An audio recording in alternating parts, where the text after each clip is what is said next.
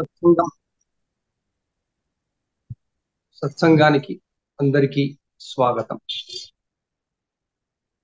అందరికీ శుభ సాయంకాలం. భానుడు కొంచెం ప్రచండంగా తన భగభగలు చూపిస్తున్నాడు. అందరం ముందుగా పాటించవలసిన ధర్మం శరీర ధర్మం, ఆరోగ్య ధర్మం. దయచేసి అందరూ మీ ఆరోగ్యాలను కాపాడుకోవడానికి అన్ని విషయాలుగా ఆలోచించి ఎప్పుడు ఎక్కువ శ్రమ పడకుండా ఆరోగ్యాన్ని రక్షించుకోండి. ఆరోగ్య రక్షణ అత్యంత ప్రాధాన్యమైనది. అది చేసుకోకుంటే మిగతావన్నీ ఎన్ని చేసినా అది వాటికి విలువ ఉండదు. సో అలాంటి ఆరోగ్య పరిరక్షణ విధానాన్ని మన జీవన విధానంలో చొప్పించి మనకి సంప్రదాయాలు ఆచారాలుగా ఇచ్చినటువంటి పూర్వీకులు అందించిన విజ్ఞానం గురించి మన సత్సంగానికి మనం ఆరంభించుకుందాం. యథావిధిగా వేద మంత్రంతో, శాంతి మంత్రంతో. ఓం సహనావవతు సహనౌ భునక్తు సహ వీర్యం కరవావహై తేజస్వినావధీతమస్తు మా విద్విషావహై. ఓం శాంతి శాంతి శాంతి. ఆదిత్య చంద్రా కుజ సౌమ్య జీవా శుక్రార్కపుత్రావపి రాహుకేతు ఏతే గ్రహాణాం సకలార్థ సిద్ధిం కుర్వంతు కాలే స్థిరభోగ నిత్యా. శ్రీ గురుభ్యో నమః. శ్రీమాత్రే నమః. సర్వేభ్యో మిత్రేభ్యో నమో నమః. మనం చేసుకున్న పుణ్యం కారణంగా నిత్య జీవితంలో జీవన సమరంలో పోరాడుతూ ఉండే కన్నా కాస్త పక్కకి వచ్చి అసలు ఈ జీవితం ఏంటి, జీవన సమరం ఏంటి, మనకి మన పూర్వీకులు చెప్పింది ఏమిటి, మనం చేస్తున్నది ఏమిటి అనే విషయాలన్నీ చెప్పుకోగలిగే సమయం మనకి లభించినందున అది మన పూర్వజన్మ పుణ్యం.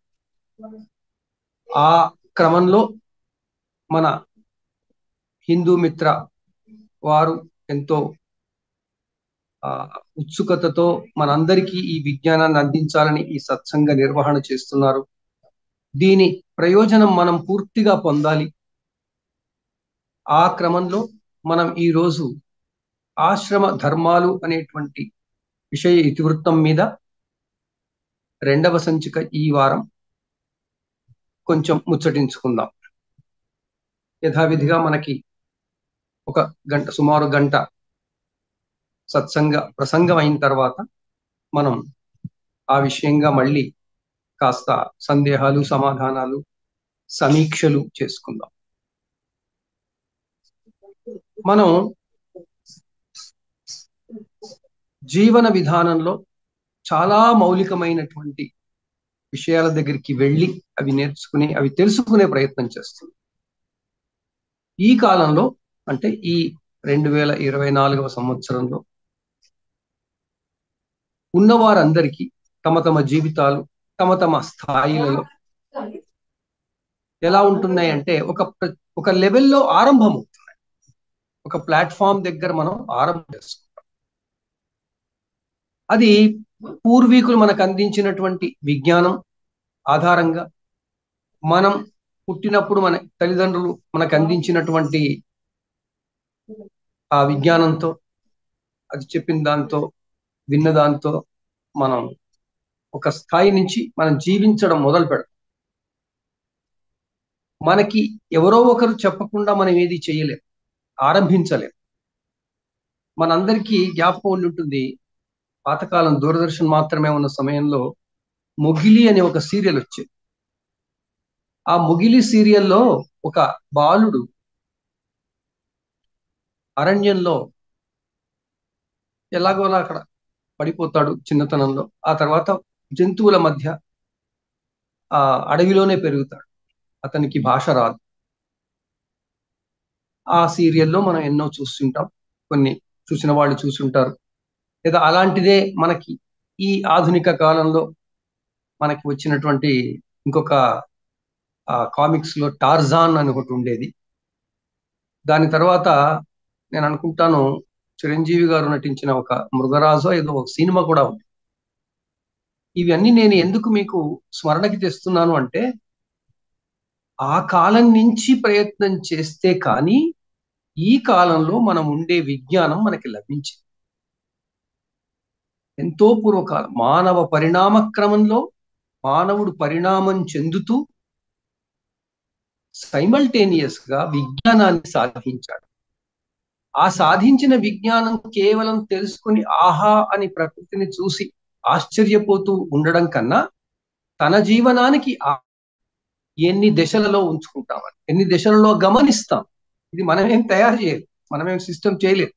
ప్రకృతి రీత్యం స్వాభావికంగా వచ్చింది ఆ సిస్టమ్. దాంట్లో ఏమనుకున్నాం మనం, వాటిని ఈ జీవులు అంటే జీవించే ప్రాణులన్నీ కూడా ఆయా దిశల్లో ఉంటాయి కాబట్టి ఉండడాన్ని అవస్థలు అన్నారు. అవస్థ అంటే ఈ రోజుల్లో మనం మాట్లాడుకుంటే మనకి ఏదో ఇబ్బంది అనుకుంటాం. నేను చాలాసార్లు చెప్తూ వచ్చాను, ప్రతి సంస్కృత పదానికి అసలైన మూలమైన అర్థం తెలుసుకోవడం మన విధి. లేకపోతే మనం దాన్ని అపార్థం చేసుకునే అవకాశం వస్తుంది. సో అవస్థ అంటే అది ఒక ఏ విధంగా ఉంటామో దాన్ని అవస్థ అంట. ఉండడము, ఎలా ఉంటామో అలా ఉండడం అవస్థ.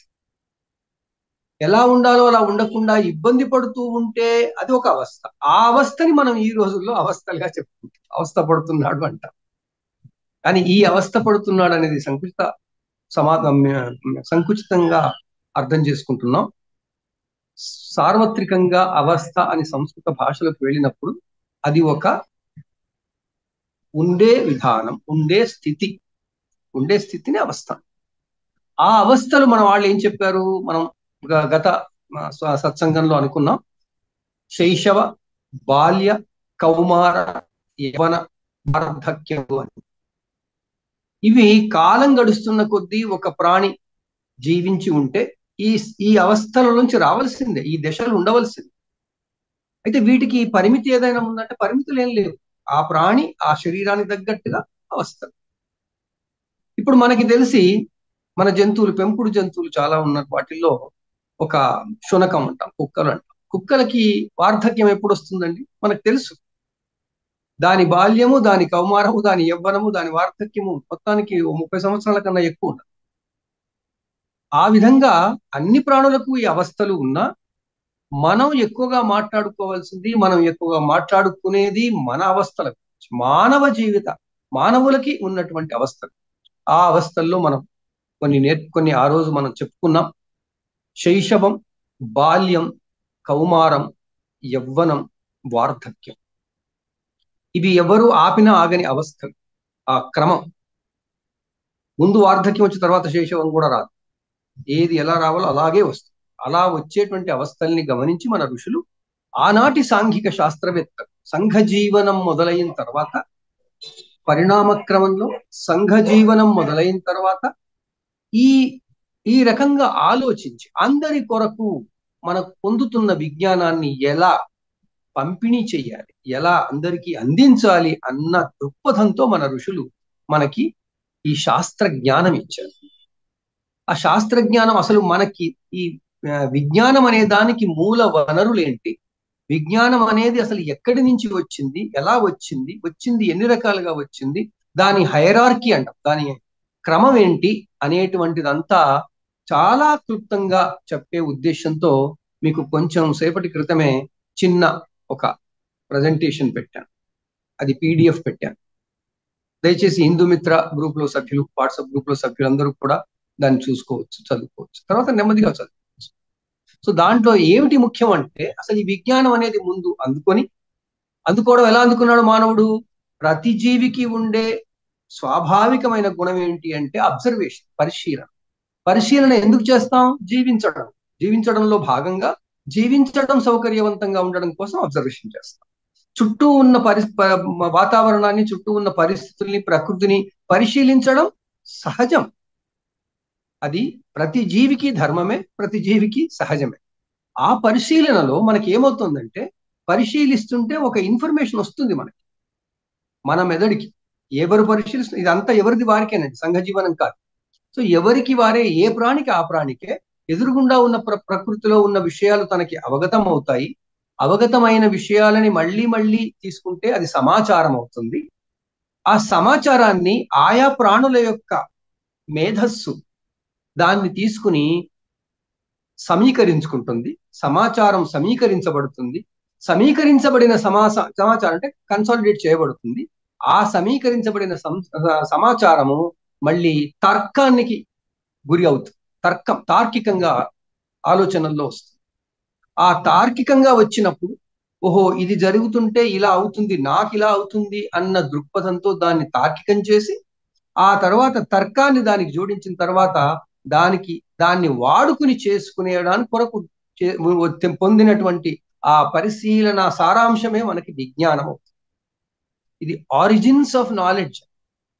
మనిషి జీవించడంలో ఆరిజిన్స్ ఆఫ్ నాలెడ్జ్ ఏంటంటే, ముందు అబ్జర్వేషన్ కారణంగా మనకి సమాచారం, ఇన్ఫర్మేషన్ వస్తుంది. ఇది ప్రతి జీవికి ఇన్ఫర్మేషన్ రాగానే అది మన మేధస్సులోకి వెళ్ళగానే ఒక చోటికి వెళ్ళి అది కన్సాలిడేట్ అవుతుంది. ఆ కన్సాలిడేట్ అయింది మళ్ళీ తన అనుభవాలతో తర్కానికి వెళ్తుంది. అనుభవము, ఆ సమాచారము, తర్కము రెండు కలిస్తే మళ్ళీ ప్రతిక్రియ వస్తుంది. మనం జీవించడం అలా మొదలు పెడతాం. ఎందుకు? దాన్ని వాడుకొని ప్రకృతిలో నాకు సౌకర్యంగా ఉంది, భద్రంగా ఉంది, సెక్యూర్ గా ఉన్నాను, నా మీద ఏ జంతువులు వచ్చి పడడం లేదు, నాకు ఎండ కొడుతుంటే నేను నీడకున్నాను. ఇవన్నీ ఎక్కడి నుంచి వచ్చాయి? అది ప్రాథమికంగా ప్రిమిటివ్ గా మనిషి ఆలోచించినప్పుడు మొదలయ్యాయి. ఆ విజ్ఞానం ఎవరిది వాళ్ళకు ఉండే విజ్ఞానం కాస్త మళ్ళీ ఎన్ని సంవత్సరాల తర్వాత చెప్పలేం, కొన్ని వేల సంవత్సరాల తర్వాత అందరి కొరకు ఆలోచించే స్థితికి వచ్చినప్పుడు అది మళ్ళీ దాన్ని ఒక క్రమబద్ధంగా పెట్టాలి అని చెప్పేసి అప్పుడు మన ఋషులు మనకి కాన్సెప్ట్స్ అని తీసుకొచ్చారు. ఏమిటి అసలు ఉన్నది ఏమిటి? ప్రకృతి. ఇది ఇలా ఉంది. పుట్టగానే మనం శైశవం, బాల్యం, కౌమారం, యవ్వనం, వార్ధక్యం, ఇది ఒక సెటప్ తెలుసుకున్నాక ఏం చేశారు? ఈ ఈ దశల్లో, ఈ అవస్థల్లో జీవిస్తున్నప్పుడు మనం ఏమేమి స్టెప్స్ తీసుకుంటే కంఫర్టబుల్ గా ఉంటాం, సౌకర్యవంతంగా జీవిస్తాం, సార్థకంగా జీవిస్తాం. సార్థకం అనేది చాలా ముఖ్యం. జీవనము సార్థకం కావాలి. సార్థకంగా జీవించడానికి ఏం చెయ్యాలి, దానికి సంబంధించిన విజ్ఞానం పెంచుకోవాలి. ఆ క్రమంలో మనకి మొట్టమొదటగా వచ్చినవి చతుర్విధ పురుషార్థములు వచ్చాయి. పురుషార్థము అంటే, పురుష అంటే కామన్ గా హ్యూమన్ బీయింగ్స్ కి రెఫరెన్స్. దాంట్లో మళ్ళీ జెండర్ కాదు, జెండర్ వాళ్ళు ఎప్పుడు చెప్తారు. పురుష అంటే మానవుడు. సో మానవుడికి ఏవేవి ముఖ్యమో జీవించడానికి ఏవేవి జరుగుతాయో మనం అనుకున్నాం. పురుషార్థములు వచ్చాయి. ఆ పురుషార్థములలో మొట్టమొదటి ప్రాథమిక అర్థం ఏమిటి అంటే, తర్వాత మనం స్పిరిచువాలిటీ పెరిగిన తర్వాత వాటి అర్థాలు మళ్ళీ ఇంకా ప్రామాణికత పెంచి, జీవన ప్రామాణికత పెరిగిన తర్వాత మనం ఎంతో ఉన్నతమైనటువంటి విషయాలను కూడా ఆలోచించి దానికి ఆలోచనలతో ఆధ్యాత్మికతను తీసుకొచ్చాం. ఈ ఆధ్యాత్మికత అంటే ఏంటి? మళ్ళీ జ్యోతిష్ శాస్త్రంలో మన చక్రాన్ని అంటే 360 డిగ్రీలని జీవించడాన్ని 3 మడతలుగా చెప్పారు. జీవించడం అనేది 3 మడతల్లో జరుగుతుంది. 3 సైమల్టేనియస్ గా జరుగుతుంది. ఆ సైమల్టేనియస్ గా జరిగే ఒక మడతని, ఈ మూడింటిని వాళ్ళు తాపత్రయములు అన్నారు. తాపత్రయం. తాపము అంటే ఏంటి? ఏదో కావాలి అని అనుకోవడం. ఆ కావాలి, చెయ్యాలి, ఉండాలి, జీవించాలి అని అనుకోవడం ఏదైతే ఉందో అది తాపము. అది 3 రకాలుగా ఉంటుందన్నారు. అది మనకి 3 రకాలని చెప్పినప్పుడు తాపత్రయములు అని. ఇప్పుడు మనం చాలా వరకు లూజ్ గా అంటుంటాం, ఏం తాపత్రయపడుతున్నాం అంట. ఆ తాపత్రయం యాక్చువల్గా ఆ తాపత్రయాలు కాదు, ఆ తాపత్రయం నుంచి వచ్చాయి. సో ఆ తాపత్రయాలు ఏమిటి? మనందరికీ చాలా వరకు తెలుసు. ఆది భౌతికము, ఆది దైవికము, ఆధ్యాత్మికం. ఇక్కడ ఆధ్యాత్మికము అంటే ఏంటి? ఆది భౌతికం అంటే ఏంటి? ఆది దైవికం అంటే సిచ్యువేషన్లు 3 సిచ్యువేషన్. 3 సిచ్యువేషన్లో ప్రతి మనిషి, ప్రతి జీవి జీవిస్తాం. ఆది భౌతికం అంటే యాక్చువల్గా ఉండడం, ఉనికి, ఫిజికల్ గా ఉండాలి కదా. ఏదైనా ఫిజికల్ గా ఉంటేనే మనం జీవించగలం. ఆ ఫిజికల్ గా ఉండేదాన్ని ఆది భౌతికములని, ఆ ఉండేవి మనకి జీవించడానికి ఒక ఒక సిచ్యుయేషన్స్ ఉండాలి. ఆ సిచ్యుయేషన్స్ అన్నిటినీ అవి మన చేతుల్లో ఉండవు. ప్రకృతి చేతిలో ఉంటుంది. మనం జీవించవలసిందే. ఆ ప్రకృతి చేతిలో ఉంటాయి కాబట్టి ప్రకృతిని దేవుడు అన్నాడు కాబట్టి ఆది దైవికములు అని. సో ఆది దైవికములు, ఆది భౌతికములు ఉన్నప్పుడు ఈ జీవించేవాడు ఇంకా జీవిస్తాడు. జీవించడము అంటే క్రియ, సక్రియ, యాక్షన్. ఈ యాక్షన్ చేయడాన్ని ఆధ్యాత్మికము అంటారు. మనం మామూలుగా ఆధ్యాత్మికం పదాన్ని దేనికి వాడుకుంటాం?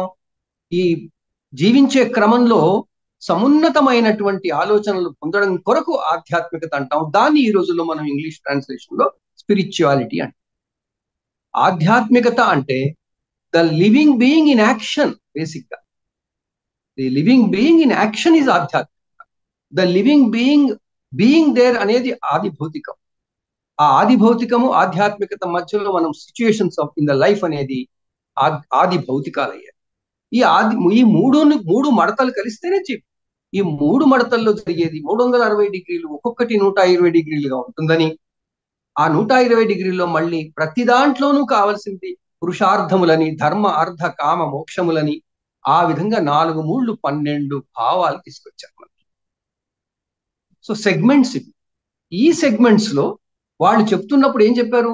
ఈ శైశవం, బాల్యం, కౌమారం, యవ్వనం, వార్ధక్యం అనుభవించేటప్పుడు నీవు ఈ ఇన్ఫర్మేషన్ నీకు ఉంటుంది, అవసరం అవుతుంది అని ఆ తాపత్రయాల ఇన్ఫర్మేషన్ ఇచ్చి, తాపత్రయాల తర్వాత ప్రతి స్టేజీలో మనం ఎక్కడ ఏ స్థితిలో ఉంటాం, అవస్థల్లో ఉంటాం, కానీ ఎక్కడ విశ్రమిస్తూ ఉంటాం. ఆశ్రమాన్ ఇది ఆశ్రమాంత్యది ఇది స్మృతి ఆశ్రమ అన్నారు. ఆశ్రమాంతం. ఆ ఆశ్రమాంతం అంటే ఎక్కడైతే మామూలుగా ఒక స్టేజ్ అని రికగ్నైజ్ చేస్తాం, అలాంటి స్టేజీలని ఈ మొత్తం శైశవం, బాల్యం, కౌమారం, యవ్వనం, వార్ధక్యం గడిచే అవస్థల్లో వెళుతున్నప్పుడు వాళ్ళు స్థూలంగా నాలుగు భాగాలు చేశారు. ఆ 4ంటిని మనం ఈరోజు ఆశ్రమాలు అంటాం. మనకి తెలిసి ఈ 100 ఏళ్ల నుంచి లేదా 50-60 ఏళ్ల నుంచి లేదా ఆశ్రమం అనగానే మనకి ఏంటి అంటే ఎవరో ఒక ఋషి, ఎవరో ఒక సన్యాసి అది ఉన్న చోటు అని మనకి ఇప్పుడు అర్థం. కానీ ఆ ఆశ్రమం అనేది పాత కాలం నుంచి వచ్చిన అసలైన పదానికి అది ఒక్కటి మిగిలిపోయింది, వాడుకలో మిగిలిపోయింది. ఆ వాడుకలో ఎందుకు మిగిలిపోయిందంటే దానికి చారిత్రక కారణం. మనం పరిపాలన మన మీదకి వచ్చారు, వాళ్ళు మనల్ని ఇది చేశారు. వాళ్ళకి తెలియలేని వాళ్ళు వచ్చి మనల్ని తెలివిన వాళ్ళ దగ్గర తీసుకున్నారు. జ్ఞానం లేని వాళ్ళ దగ్గర జ్ఞానహీనులు వచ్చారు, జ్ఞానం ఉన్న వాళ్ళ దగ్గర. వాళ్ళకి అప్పుడు నాగరికతలు డెవలప్ కాలేదు. మంచి డెవలప్ అయిన నాగరికత దగ్గరికి వచ్చి వాళ్ళు ఇన్వేజన్ చేసి దాని కారణంగా మన చారిత్రకంగా మనం మళ్ళీ వాళ్ళు పాలకులైనందుకు మనకున్నటువంటి జ్ఞానాన్ని పోగొట్టుకోవాల్సి వచ్చింది. ఆ విధంగా చూసినప్పుడు ఆశ్రమము అంటే ఋషిలో ఉండేటువంటి వాటిక కాదు, అది ఆశ్రమ వాటికలు అన్నారు. సో ఆశ్రమము అంటే మనం జీవించడానికి కొన్ని అవస్థలతో కలిపి ఉండే ఒక సెక్షన్, ఒక సెగ్మెంట్. అది భావనతో వస్తుంది. ఆశ్రమం భావనతో వచ్చింది, ప్రత్యక్షంగా చూస్తాం. ఇప్పుడు శైశవం, బాల్యం, కౌమారం ఈ 3ంటిని కనుక మీరు గమనిస్తే ఏ ప్రాణి అయినా ఈ 3 అవస్థల్లో జీవిస్తున్నప్పుడు ఎవరిదో ఒకరిది సహాయం లేకుండా జీవించాలి. ఈ సహాయం ఎవరివ్వాలి అంటే మన వాళ్ళు రీసెర్చ్ చేసి ముందు సంఘ వ్యవస్థని ఏర్పరిచి సంఘ జీవన విధానాన్ని పెట్టి ఆ సంఘ జీవన విధానంలో ఈ 3 అవస్థలని కూడా వాళ్ళు ఏం చేశారు, అంతకన్నా వాళ్ళు రావడానికి కారణమైనటువంటి పెద్దవాళ్ళు ఎవరైతే ఉంటారో వాళ్ళు దాన్ని ఆదుకోవాలి, దాన్ని నిర్వహించాలి అని. అట్లా మనకిప్పుడు శైశవం, బాల్యం, కౌమారం ఈ 3 కూడా ఒక అవస్థ దగ్గరికి వచ్చి ఒక ఆశ్రమానికి వచ్చాయి. ఆ ఆశ్రమం పేరు మనం బ్రహ్మచర్యము అని. ప్రతి పదానికి చాలా లోతైన అర్థాలు ఉన్నాయి. దయచేసి అందరూ ఓపెన్ మైండ్తో ప్రతి అర్థాన్ని తెలుసుకునే ప్రయత్నం చెయ్యాలి. నేను ఆ ప్రయత్నం చేస్తున్నాను కాబట్టి మీతో పంచుకుంటున్నాను. నేను తెలుసుకుంటున్నదే అదే పరమార్థం అని కూడా కాదండి, కానీ మీరు ఆలోచించాలి.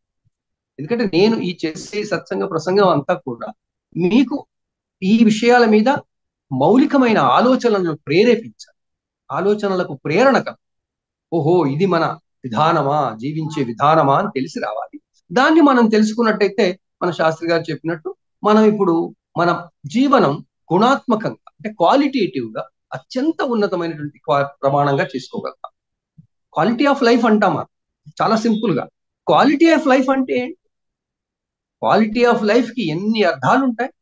ఆ క్వాలిటీ ఆఫ్ లైఫ్ తీసుకురావడం కొరకు ఏర్పాటు చేసిన వ్యవస్థనే ఆశ్రమ వ్యవస్థ అంట.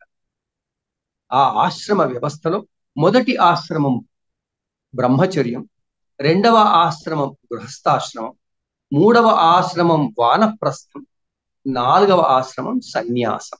ఇవి 4 ఆశ్రమాలు అన్నారు. అంటే మనం శైశవం, బాల్యం, కౌమారం, యవ్వనం, వార్ధక్యం ఇవి అవస్థలైతే వీటిని మళ్ళీ రీఅరేంజ్ చేసుకుని 4 ఆశ్రమాల్లోకి తీసుకొచ్చాం. పర్పస్ ఏంటి? ధర్మ అర్థ కామ మోక్షములతో మనం జీవించాలి. ఆ వాటి పర్స్యూషన్ లో మనం ఈ ఆశ్రమాలు అనేవి తీసుకొచ్చాం. ఈ ఆశ్రమాలు తీసుకొచ్చాం బాగానే ఉంది, కానీ మళ్ళీ విధి విధానాలు ఏంటి? దాన్ని ఎలా చెయ్యాలి, ఎలా నిర్వహించాలి, ఎవరేం చెయ్యాలి? ఆ ఎవరేం చెయ్యాలి అనేది నిర్ణయించడం కొరకు మన ఋషులు మళ్ళీ షోడశ సంస్కారాలు తీసుకొచ్చారు. చూడండి, అన్ని ఇంటర్లింక్డ్. అది వేరు ఇవి వేరు కాదు. మన జీవన విధానంలో మనం జీవించడానికి పుట్టినప్పటి నుంచి చనిపోయేలోగా తప్పకుండా ఈ అవస్థలు ఉంటాయి. బాల్య, కౌమార, యవ్వన, వార్ధక్య, అవి శైశవం బాల్యంలోనే వస్తాయి. సో ఆ అవస్థలు ఉంటాయి. ఈ అవస్థలన్నీ కూడా పురుషార్థాల ఆధారంగా మనం అది అది అది లక్ష్యంగా మనం దాన్ని జీవిస్తూ ఉంటాం. ఆ జీవిస్తున్న క్రమంలో మళ్ళీ మనం ఎక్కడ ఏం చెయ్యాలి, ఎందుకంటే అప్పుడు చేయడం కొరకు చెప్పబడ్డాయి అన్ని. ఆ చేయడం ఏం చేయాలి అంటే, ఒక మనిషి పుట్టినప్పటి నుంచి చనిపోయే లోపల ఎవరో ఒకరు కేర్ తీసుకోవాలి. ఆ ప్రాసెస్ కోసం, ఆ డెవలప్మెంట్ అయ్యే ప్రాసెస్ కోసం, ప్రక్రియ కోసం, జీవన ప్రక్రియ కోసం దాన్ని మళ్ళీ 16 సంస్కారాలుగా విభజించారు. అవి కూడా మళ్ళీ ఈ అవస్థలనే ఫాలో అవుతుంటాయి. సో ఆ శైశవ అవస్థ రాకముందు ఎంత లోతుగా వాళ్ళు వెళ్ళారంటే, ఒక మనిషి ఈ భూమి మీదకి వస్తున్నప్పుడు ఆడకాని మగకాని తల్లి కడుపులో పడక ముందు నుంచి మొదలు పెట్టారు. ఎంత నాలెడ్జ్కి వెళ్తే వాళ్ళు, ఎంత లోతుకు వెళ్తే వాళ్ళు ఇది ఈ సిస్టమ్ ని వాళ్ళు ఇంట్రడ్యూస్ చేశారో మీరు ఆలోచించండి. ఒక మనిషి పుట్టడం నుంచి చనిపోయేంత వరకు ఒక స్ట్రక్చర్డ్ గా ఒక కోడ్ ఆఫ్ లివింగ్ లేదా విధానాన్ని నిర్ణయించే క్రమంలో వాళ్ళు మొదలుపెట్టింది ఎక్కడ అంటే ఆ బీజం పడినప్పుడు, బీజం పడడానికి ముందు నుంచి. అందువల్ల మనం షోడ సంస్కారాలు చెప్పుకున్నాం మనం. సో ఆ గర్భాధానం నుంచి మొదలుపెట్టి గర్భాధానము, పుంసవనము, సీమంతోన్నయన, ఇవి తల్లి గర్భంలో ఉండగానే జరుగుతాయి సంస్కారం. ఇది శైశవ దశకి ముందు దశ. తర్వాత జాతకర్మ శైశవం, నామకరణం శైశవం, అన్నప్రాసన శైశవం. ఎందుకు ఈ స్టేజెస్ పెట్టారు అంటే, ఒక వ్యక్తి పుట్టిన తర్వాత ఆ తల్లి గర్భంలో ఉన్నంత కాలం తన ఆహారం తల్లి గర్భంలోంచి తన పేగులోంచి తీసుకుంటాడు. ఆ మోడు వేరు, ఆ విధానం వేరు, ఆ ఆహారం వేరు. ఒకసారి తల్లి గర్భం నుంచి బయటకు వచ్చాక ఆ మోడు పనికిరాదు, ఆ విధానం పనికిరాదు. ఆహారం ప్రకృతిలో లభించే ఆహారం తీసుకోవాలి. అది తీసుకోవాలి అంటే అప్పటిదాకా ఈ శరీరం ఏర్పడినప్పుడు, శరీరం మళ్ళీ సప్తధాతువులతో ఏర్పడుతుంది. ఈ సప్తధాతువులతో ఏర్పడిన శరీరం ఈ ఆహారాన్ని తీసుకోవడం కొరకు మొట్టమొదలు తల్లి నుంచి వేరు కాగానే తల్లి పాల వరకే తీసుకొచ్చారు. తల్లి నుంచి తీసుకోవాల్సిందే పాలు, ద్రవ పదార్థం. ఎందుకంటే కడుపులో ఉండగా కూడా ద్రవ పదార్థంగానే తీసుకోవాలి. అందువల్ల పాలు తాగిన తర్వాత, మాతృ స్తనంతో పాలు తాగితే ఆ బాడీకి కావలసినటువంటి ఇమ్యూనైజేషన్ వస్తుంది. కాబట్టి తల్లి పాలు తాగాలి. పాలు ఎంతకాలం తాగాలి మరి? అది ఒక 5-6 నెలలు తాగితే ఇక మళ్ళీ సాలిడ్ ఫుడ్ ని పెట్టాల్సిన అవసరం వస్తుంది. కాబట్టి ఎందుకంటే ప్రపంచంలో ఆహారం అనేది దొరుకుతుంది, ఆ ఆహారం పెట్టడం ఆరంభించాలి. కాబట్టి దాన్ని అన్నప్రాసన అంత శైశవంలో నడుస్తుంది. ఏ ఆశ్రమం అవుతుంది అంటే మొట్టమొదటి ఆశ్రమం బ్రహ్మచర్యం నడుస్తుంది. సో బ్రహ్మచర్యంలో ఒక వ్యక్తి ఏం చేయాలి అనేది 2 విధాలుగా, ఆ వ్యక్తి తాను ఆ బ్రహ్మచారి ఆశ్రమంలో కావలసినవి జరుగుతుంటాయి. మనకి నేను ఇంతకుముందు చెప్పినట్టు బ్రహ్మచర్యము అనేటువంటి బ్రహ్మచర్య ఆశ్రమములో ఉంటే రెండు రకాలుగా వాటిని గమనించారు. ఒకటి, ఆ ఏ వ్యక్తి అయితే ఆ ఆశ్రమంలో ఉన్నాడో అంటే ఆ ఫేజ్ ఆ ప్రాసెస్ లో అక్కడ ఉన్నాడో ఆ వ్యక్తి కొరకు ఇతరులు చేసే పనులు ఎక్కువ ఉంటాయి. దాంట్లో అవన్నీ మన వాళ్ళు ఈ ఆశ్రమానికి సంబంధించినవి కానట్టుగా మనం అట్లా అర్థం చేసుకొచ్చాం. రాను రాను కాలంలో అలా అర్థమైంది. కానీ ఇది పార్ట్ అండ్ పార్సల్ ఆఫ్ బ్రహ్మచర్యమే. సో అందుకే సంస్కారాలు అక్కడి నుంచి తీసుకొచ్చారు. ఆ సంస్కారాలతో ఈ దీన్ని కలిపేసి ఆ ఆ అవస్థని కలిపి ఈ ఈ ఈ ప్రాణి ఎవరైతే పుట్టారో, మనిషి పుట్టారో ఆ మనిషి ముందు ఫిజికల్ గా కావలసిన సపోర్ట్ అంతా ఇచ్చి, ఆ సపోర్ట్ తర్వాత కేశఖండనం అదైన తర్వాత ఉపనయనం అనేటువంటి సంస్కారం దగ్గర బ్రహ్మచర్యానికి అతనికి అప్పగిస్తారు, ఆ వ్యక్తికి అప్పగిస్తారు. అది స్త్రీ కానీ పురుషుడు కానీ. అయితే స్త్రీకి ఎలా చేశారు, పురుషుడికి ఎలా చేశారు, మనం వేరువేరుగా చెప్పుకోవాలి. సో బ్రహ్మచర్యము స్త్రీకి పురుషుడికి వేరువేరుగా ఎందుకు చెప్పారు? మొదటి నుంచి మన ఋషులు చేసిన పరిశోధనల్లో ఈ లింగ భేదాన్ని గమనించి అసలు రెండు లింగములు ఎందుకున్నాయి? కొన్ని కథల్లో పురాణాల్లో ఒకే లింగంతో కూడా ప్రపంచం అంతా నడిచిపోతుంది. కానీ వాళ్ళు సాధారణంగా మానవ జీవితంలో రెండు లింగాలు ఉండవలసిందే, పురుష స్త్రీ లింగములు. అవి ఉండడం వాటి ప్రత్యేకత ఏంటని చూశారు. ప్రత్యేకత ఏమిటన్నప్పుడు, మనిషి జీవించాలి అంటే కష్టపడాలి, ప్రకృతిలో ఆహారం కొరకు అటు ఇటు వెళ్ళాలి. ఆ దాని కొరకు పురుషుడికి ఉన్నటువంటి శరీర నిర్మాణ విధానం వాళ్ళు రీసెర్చ్ చేసి ఇది ప్రత్యేకము అనుకుంటారు. అలాగే స్త్రీకి ఉన్నటువంటి విధానం ప్రత్యేకంగా గమనించారు. మనకు తెలుసు స్త్రీల అనే శరీర నిర్మాణ విధానం కారణంగా ఏముంటుంది, పురుషుల విధానంగా ఏముంటుంది. ఈ రెండు ఉన్నప్పుడు మళ్ళీ మన ఉద్దేశం ఏంటి? సంఘ జీవనంలో అందరం హాయిగా ఉండాలి. అందరం హాయిగా ఉండడం కొరకు వాళ్ళు తీసుకొచ్చిన వ్యవస్థని ఒక కుటుంబ వ్యవస్థగా చేశారు. ఆ కుటుంబంలో స్త్రీలు ఉంటారు, పురుషులు. అలా ఈ ఇద్దరు ఉన్నప్పుడు పురుషులు ఏం చేయాలి, స్త్రీలు ఏం చేయాలి అనేది ఉన్నప్పుడు ఆ కాలంలో ఎక్కడైతే ఈ జీవనం సాగుతుందో ఆ జీవనంలో జీవించడంలో ఈ స్త్రీలు వాళ్లకున్నటువంటి శరీర ధర్మాల పరిమితి అనుకోండి, పరిమితి లేకపోవడం అనుకోండి, వాటి కారణంగా వాళ్ళు కేవలం సపోర్ట్ చేయడం కొరకు, మంచి సపోర్ట్, కన్స్ట్రక్టివ్ సపోర్ట్ చేయడం కొరకు వాళ్ళు ఉన్న చోట ఉండమన్నారు.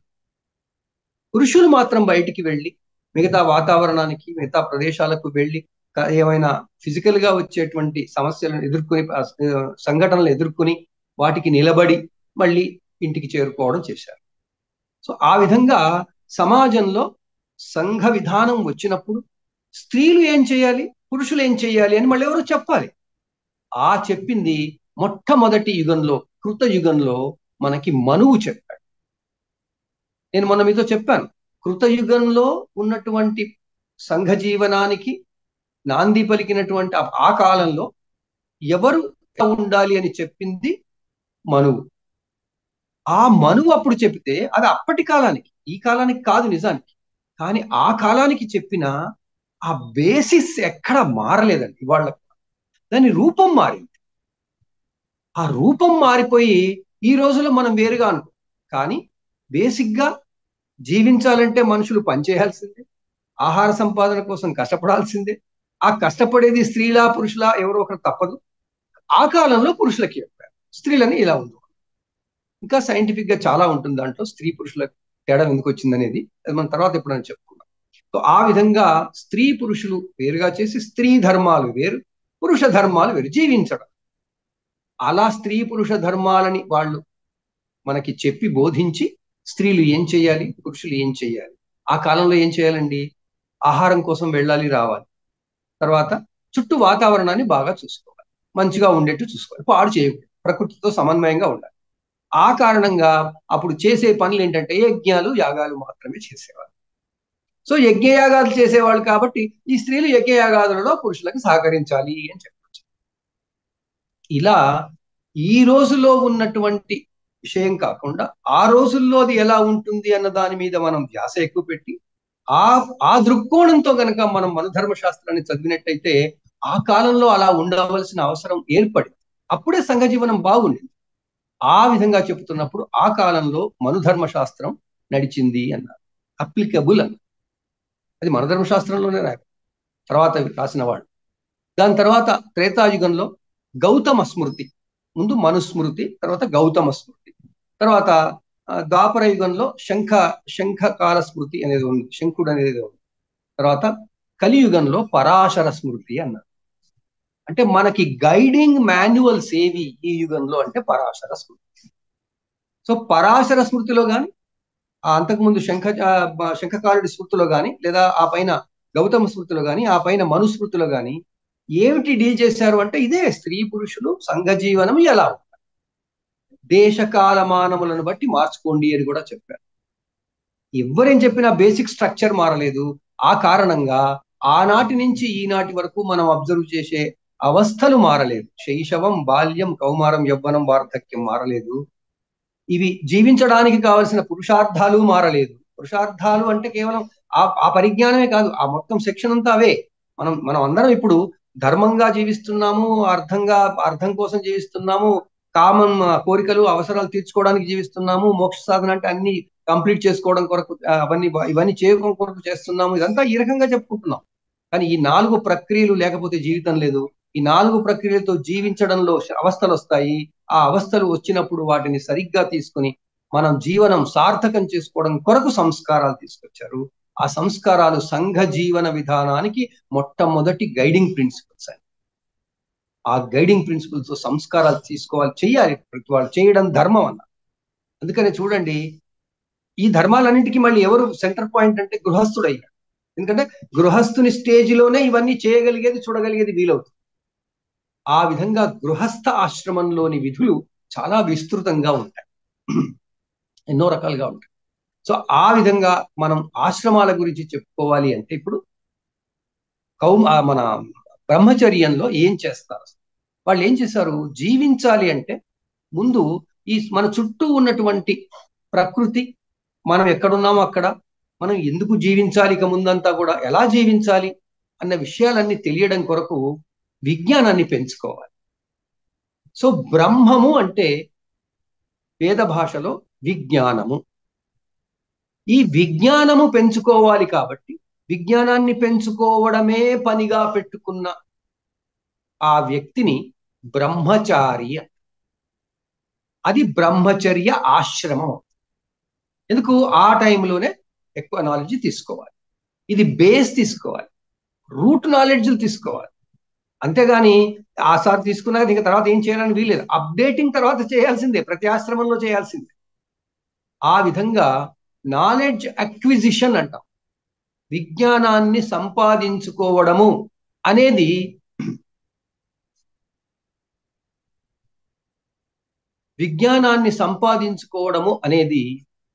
ఒక ఫేజ్ ఆఫ్ లైఫ్. అది ఒక స్థితి. ఆ స్థితిని మనం ఉండే స్థితికి అలవాటు, దానికి ఆ పదజాలానికి తీసుకొచ్చినప్పుడు అది ఒక ఆశ్రమం అయింది. ఆశ్రమము అంటే ఒక వాటిక ఋషులు ఉండేది అని కాదండి. అది ఫిజికల్ గా మనం అనుకుంటాం. ఇల్లు కూడా ఆశ్రమం. మనం ఇంటిని ఆశ్రమం అనట్లేదు. ఇప్పుడు ఎందుకు అనట్లేదు? సంఘ జీవనంలో వచ్చిన మార్పుల కారణంగా ఆ ఆశ్రమంలో ఎలా ఉండాలో అలా ఉండే అవకాశాలు లేక మనం దాన్ని ఆశ్రమమైనటువంటి ఇంటిని ఇప్పుడు ఇల్లు, గృహము అంటాం. ఋషులు వాళ్ళు ఇచ్చినప్పుడు ప్రతిదానికి డెఫినిషన్స్ ఇచ్చారు. గృహము వేరు, ఆశ్రమం వేరు అని మనకు చెప్పారు. ఎందుకు చెప్పారు? ఆశ్రమంలో సంథింగ్ మోర్, ఇంకా ఎక్కువ ఉంటుంది. ఏముంటుంది? ప్రజల కోసం, తన చుట్టూ ఉన్న వాళ్ళ కోసం తాను రోజు చేసే పనులు అక్కడ ఉండాలి, చెయ్యాలి. అక్కడ ఉండి బ్రహ్మచారి ఏం చేయాలి? బ్రహ్మచర్యపు ఆ విద్యను ఆర్జించడం చేయాలి, విజ్ఞానాన్ని ఆర్జించాలి. విజ్ఞానాన్ని ఆర్జించడానికి అతను ఎక్కడ ఉండాలి? ఆశ్రమాల్లోనే. అది ఆశ్రమం. ఎందుకంటే అక్కడ పబ్లిక్ గా ఎడ్యుకేషన్ అనేది ఉంటుంది కాబట్టి. అందుకే ఇప్పుడు మనం ఈ గురుకుల పాఠశాలను కూడా ఆశ్రమాలను కూడా పేరు పెట్టుకుంటాం. ఆశ్రమం వర్డ్ తర్వాత ఎన్నో రకాలుగా వాడుకుంటాం. సో ఆ ఆశ్రమాలు పబ్లిక్ యూటిలిటీ ఉండాలి, ప్రజా ఉపయోగకరంగా పనులు చేస్తుండాలి, సంఘ జీవనంలో ఉండాలి. అలా కాకుండా కేవలం నేను ఎక్కడున్నానో అక్కడ రోజు తిని పడుకోవడానికి మాత్రమే ఉపయోగించుకునేది అది గేహము, ఇల్లు అయి గృహం. అక్కడ మళ్ళీ మనం భర్త, భార్య, పిల్లలు ఉంటారు. కానీ వీళ్ళందరికీ సోర్స్ ఆఫ్ ఈ ఈ ఈ దశల్లో, ఈ ఈ అవస్థల్లో కావలసింది జరగడానికి మళ్ళీ ఇంకొక ప్లేస్, అది సపరేట్ చేసి దాన్ని ఆశ్రమం అన్నారు. ఆ ఆశ్రమాలలో అప్పుడు జరిగేది ఇప్పుడు అన్ని చోట్ల జరుగుతుంది. ఇప్పుడు ఇప్పుడు ఆ బ్రహ్మచర్యం అంతా ఎక్కడ పోతుందండి? స్కూళ్ళల్లో పోతుంది, హాస్టళ్లలో పోతుంది. ఈ రోజుల్లో అది పాటించడం లేదని కాదండి, మనం పాటిస్తున్నాం. కానీ ఆ పాటించడం ఆరోగ్యానికి రక్షణగా, భవిష్యత్తులో మన జీవితం ఇంకా మంచి ప్రమాణంతో ఉండడం కొరకు, హై క్వాలిటీ ఆఫ్ లివింగ్ తో ఉండడం కొరకు మనం ఏం చేస్తున్నాం అనేది ఆలోచించాలి. దానికోసం నేను ఈ ప్రత్యేకంగా ఈ అన్వయం చేస్తూ చెప్పుకోవాలన్న ఉద్దేశంతో నేను మీకు ఈ ఆలోచనలు కలిగిస్తున్నాను. బ్రహ్మచర్యము ఇప్పుడు కూడా నడుస్తుంది, పాతకాలంలోనూ నడిచింది. కేవలం ఉపనయనం కాగానే గోచి పెట్టుకుని గురువు దగ్గరికి పోతే అదే బ్రహ్మచర్యం కాదండి. బ్రహ్మచర్యము ఇండైరెక్ట్ గా గర్భాధానం నుంచి మొదలవుతుంది. దానికి కాకపోతే దాన్ని కంట్రోల్ చేసి దాన్ని నియంత్రించవలసిన వాళ్ళు, దాన్ని క్యారీ చేయవలసిన వాళ్ళు, దాన్ని నిర్వహించవలసిన వాళ్ళు ఎవరు అంటే తల్లిదండ్రులు. ఉపనయనం అయిన తర్వాత గురువులు. చూడండి, ఎక్కడ ఆ వ్యక్తి ఏమీ చేయడు, ఆ వ్యక్తి చేసుకునేది ఒకటే, వివాహం. సో ముందు బ్రహ్మచర్యాశ్రమంలో ఉన్నప్పుడు శైశవం దాటి, శైశవం అప్పటికి కొన్ని సంస్కారాలు చేసుకొని, ఇదంతా ప్రాసెసెస్. ఆ సంస్కారాలు చేసుకున్నాక ఈ విజ్ఞానాన్ని పొందడం కొరకు ఎప్పుడైతే సిద్ధమవుతాడు, ఫిజికల్ గా పెరిగి, ఫిజికల్ గా ఆ లెవెల్కి వచ్చి ఎలిజిబిలిటీ ఎప్పుడైతే వస్తుందో అప్పటి నుంచి గురువుల దగ్గరికి వెళ్తాడు. గురువుల దగ్గరికి వెళ్ళి అది మెయిన్ మెయిన్ దాన్ని ఏమంటాం, ముఖ్యమైన విభాగం అది జీవితం. అక్కడ ఈ వ్యక్తి ఆ దాని ఫలితాన్ని స్వయంగా నిర్వహించుకుంటాడు. గురువులు చెప్తే చదువుకుంటాడు, గురువులు చెప్తే వింటాడు. ప్రపంచాన్ని ఆ గురువులు అందరూ పరిచయం చేస్తారు. ఇలా ఉంటుంది ప్రపంచం. ఇన్ని శాస్త్రాలు ఉన్నాయని, ఇంత ఈ విధంగా జీవించాలి, సంఘం అంటే ఇదని, సంఘంలో భద్రత అంటే ఇదని, దాంట్లో ఏవేవి ఉన్నాయి, మన జీవనంలో ఏమేమి ఉంటాయి, ఏమేమి ఉండవు అని చెప్పడానికి కొరకు ఆ మొత్తం ఆ ట్రైనింగ్ పీరియడ్, జీవించడానికి ట్రైనింగ్ పీరియడ్ అన్నారు. ఆ ట్రైనింగ్ పీరియడ్ లో ట్రైనింగ్ నాలెడ్జ్ ఇచ్చేటువంటి క్రమం ఆ గురువుల యొక్క దగ్గర జరుగుతుంది. అది ఆ కాలంలో ఎలా జరిగేది అంటే, ఆ కాలంలో ఉన్న జనాభాని బట్టి, ఆ కాలంలో ఉన్న సాంఘిక జీవన విధానాన్ని బట్టి, ఆ కాలంలో వనరులని ఉపయోగించుకునే విధానాన్ని బట్టి. అప్పుడు లార్జ్ స్కేల్ ప్రొడక్షన్స్ లేవండి. ఇది 1700 సంవత్సరం తర్వాత ఇండస్ట్రియల్ రివల్యూషన్ అని వచ్చిన తర్వాత ఒక 4-5 ఏళ్ల కింద ఈ లార్జ్ స్కేల్ ప్రొడక్షన్ వచ్చింది. ఎక్కువ మనం ఇప్పుడు చూస్తున్నాం, ఎన్ని చోట్ల వెళ్తే అంత పెద్ద అన్ని భవ్యంగా బోల్డంత ప్రొడక్షన్ అయి కూర్చుంటారు. అంత ప్రొడక్షన్స్ అప్పుడు లేవు. అదేవిధంగా ఆ కాలంలో ఉన్న జీవన విధానంలో అప్పటి బ్రహ్మచర్యాశ్రమం ఎలా ఉండేది అంటే, ముందు తల్లిదండ్రులు ఇదంతా చేసి ఆ పిల్లవాడిని గురువుల దగ్గరికి పంపిస్తే, ఆ గురువుల దగ్గరికి వెళ్ళిన తర్వాత గురువులు జీవించడం అంటే ఏంటి, ఎలా జీవించాలి, ఎలా జీవిస్తే మనకున్నటువంటి ఎబిలిటీస్ ద్వారా బాగుంటుంది, మనకున్న ఎబిలిటీస్ ఏంటి, ఇవన్నీ వాళ్ళు చెక్ చేసి ఆ గురువు ఆ ఉపనయనం తర్వాత ఉన్న 4 సంస్కారాలు ఏవైతే ఉన్నాయో ఆ సంస్కారాల్లో వాళ్ళు పూర్తిగా ఈ మనిషిని నిష్ణాతుణ్ణి చేసేవారు. మనం అందుకే బ్రహ్మచర్యం అనగానే ఆ 4 అనుకుంటాం, ట్రెడిషనల్ గా ఆలోచిస్తాం. కానీ బ్రహ్మచర్యం అంటే ఆ 4 కాదు. బ్రహ్మచర్యాశ్రమం గర్భాధానం నుంచి, సంస్కారాల నుంచి మొదలై ఉపనయనం వరకు తల్లిదండ్రులు మాత్రమే దానిని నిర్వహించి అక్కడ వాళ్ళు చేస్తే నాలెడ్జ్ ఇస్తారు.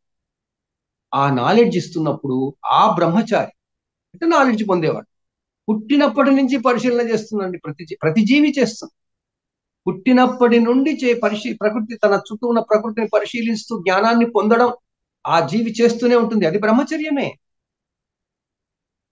గురువుల ద్వారా మళ్ళీ కొత్తగా విజ్ఞానాన్ని మరింత, అంటే కొంచెం కాలంలో ఎక్కువ విజ్ఞానాన్ని పొందేటువంటి అభ్యాసము, అధ్యయనము తర్వాత అవుతుంది. మొదలు చిన్నప్పుడు తల్లి తండ్రి దగ్గర ఏం అధ్యయనం చేస్తున్నాం మనం? ఆ ప్రాణి, ఆ శిశువు ఏం చేస్తాడు? నాలెడ్జ్ని ఎక్వైర్ చేసుకుంటాడు. ఓహో, ఇలా ఉంటే ఇలా, అలా ఉంటే అలా, అలా ఉంటాడు. అందుకనే ఉపనయన సంస్కారం చిన్నతనంలోనే చేసి గురువుల దగ్గరికి చిన్నతనంలోనే పంపించేవారు. ఎందుకు? ఇప్పుడు మనం అందరం స్కూల్ ఎడ్యుకేషన్ పంపించాలంటే 2-3 ఏళ్ళు రాగానే యూకేజీని పడేస్తున్నాం. యూకేజీలో ఎందుకు పడేస్తున్నాం మనం? తన చుట్టూ ఉన్నటువంటి ప్రకృతిని, తన చుట్టూ ఉన్న విషయాలను, పరిస్థితులను తొందరగా ఆకలింపు చేసుకునే ఉద్దేశంగా పడిస్తున్నాము. అదే వాళ్ళు చేసేవారు. ఇప్పుడు మనం అంటున్నాం అదేంటి ఉపనయనం, అదే ఉపనయనం కదా, అలాంటి చేసే ఉపనయనాన్ని పంపించేవాడు. ఆ విధంగా మనం అప్పటి ప్రాసెసే ఇప్పుడు చేస్తున్నాము. కాకపోతే దాని విధానం వేరుగా ఉంది. సనాతన ధర్మంలో చెప్పబడినటువంటి సూత్రాల ప్రకారం కాకుండా ఆధునికంగా పాశ్చాత్య జీవన విధానపు సూత్రాలు కూడా కలగలిపి మనం ఇప్పుడు చేస్తాం. అది అంతవరకే. అందువల్ల బాగా ఆలోచించండి. అప్పుడు చెప్పిన విధానాలు ఏమీ మారలేదు. వాటి యొక్క రంగు మారి, రూపం కొంచెం మారి, రూపము రంగు మారగానే అదేం మారలేదు. ఆ విధంగా మనకి బ్రహ్మచర్యంలో మొట్టమొదలు సైకాలజిస్ట్ కూడా, శాస్త్రి గారు కూడా చెప్తారు, సైకాలజీ ప్రకారంగా కూడా ఒక వ్యక్తి యొక్క వ్యక్తిత్వము అనేది నిర్ణయపడడానికి, స్థిరపడడానికి మొదటి 10 సంవత్సరాలే కారణం. మరి ఆ 10 సంవత్సరాల వరకేగా వీళ్ళు చెప్పింది, ఇంట్లో ఉంచుకో, హాయిగా నీ ఇంటి దగ్గరే అన్ని సంస్కారాలు, అన్ని విధానాలు నేర్పించు, నీవు ఏ ఏ ఏ విధంగా ఎలాంటి ఎలాంటి ఏమంటాం సిచ్యుయేషన్స్, ఎలాంటి పరిస్థితుల్లో జీవిస్తున్నామో, తల్లిదండ్రులు ఎలా జీవిస్తున్నారు అనేది వాడు అబ్జర్వ్ చేసి ఆ చిన్న పిల్లవాడికి అన్ని అర్థమయ్యి తనతోటి వాళ్ళతో బాగా ఆడుకొని ఫ్రీగా ఆ ఆటపాటల్లో అన్ని తెలుసుకుంటూ, అన్నిటి గురించి తెలుసుకుంటూ, చిన్నపిల్లలు అందుకే చిన్నప్పటి నుంచే నక్షత్రాలు అవన్నీ పాఠాలు మన పాతకాలంలో అమ్మమ్మలు తాతయ్యలు వాళ్ళు చెప్పేవాళ్ళు. అవన్నీ తెలుసుకుని బేస్ నాలెడ్జ్ అంతా వచ్చాక అసలు ఏమిటి అనేది ఇంకా పూర్తిగా తెలుసుకోవడానికి, సకారణంగా అంటే పూర్తిగా హేతుబద్ధంగా తెలుసుకోవడానికి గురువుల దగ్గరికి వెళ్ళేవాళ్ళు. ఆ బ్రహ్మచర్యాశ్రమంలో అది ఉపనయనం నుంచి మొదలు. ఉపనయనం అవంగానే వెళ్తాం. మరి ఇప్పుడు ఏం చేస్తున్నాం మనం ఉపనయనం? ఇప్పుడు మనం ఉపనయనం అంటూ చేయట్లేదు. మరొకటి బాగా గుర్తుంచుకోవాల్సింది, ఇది కేవలము ఏదో ఒక వర్ణముకు సంబంధించింది కాదు.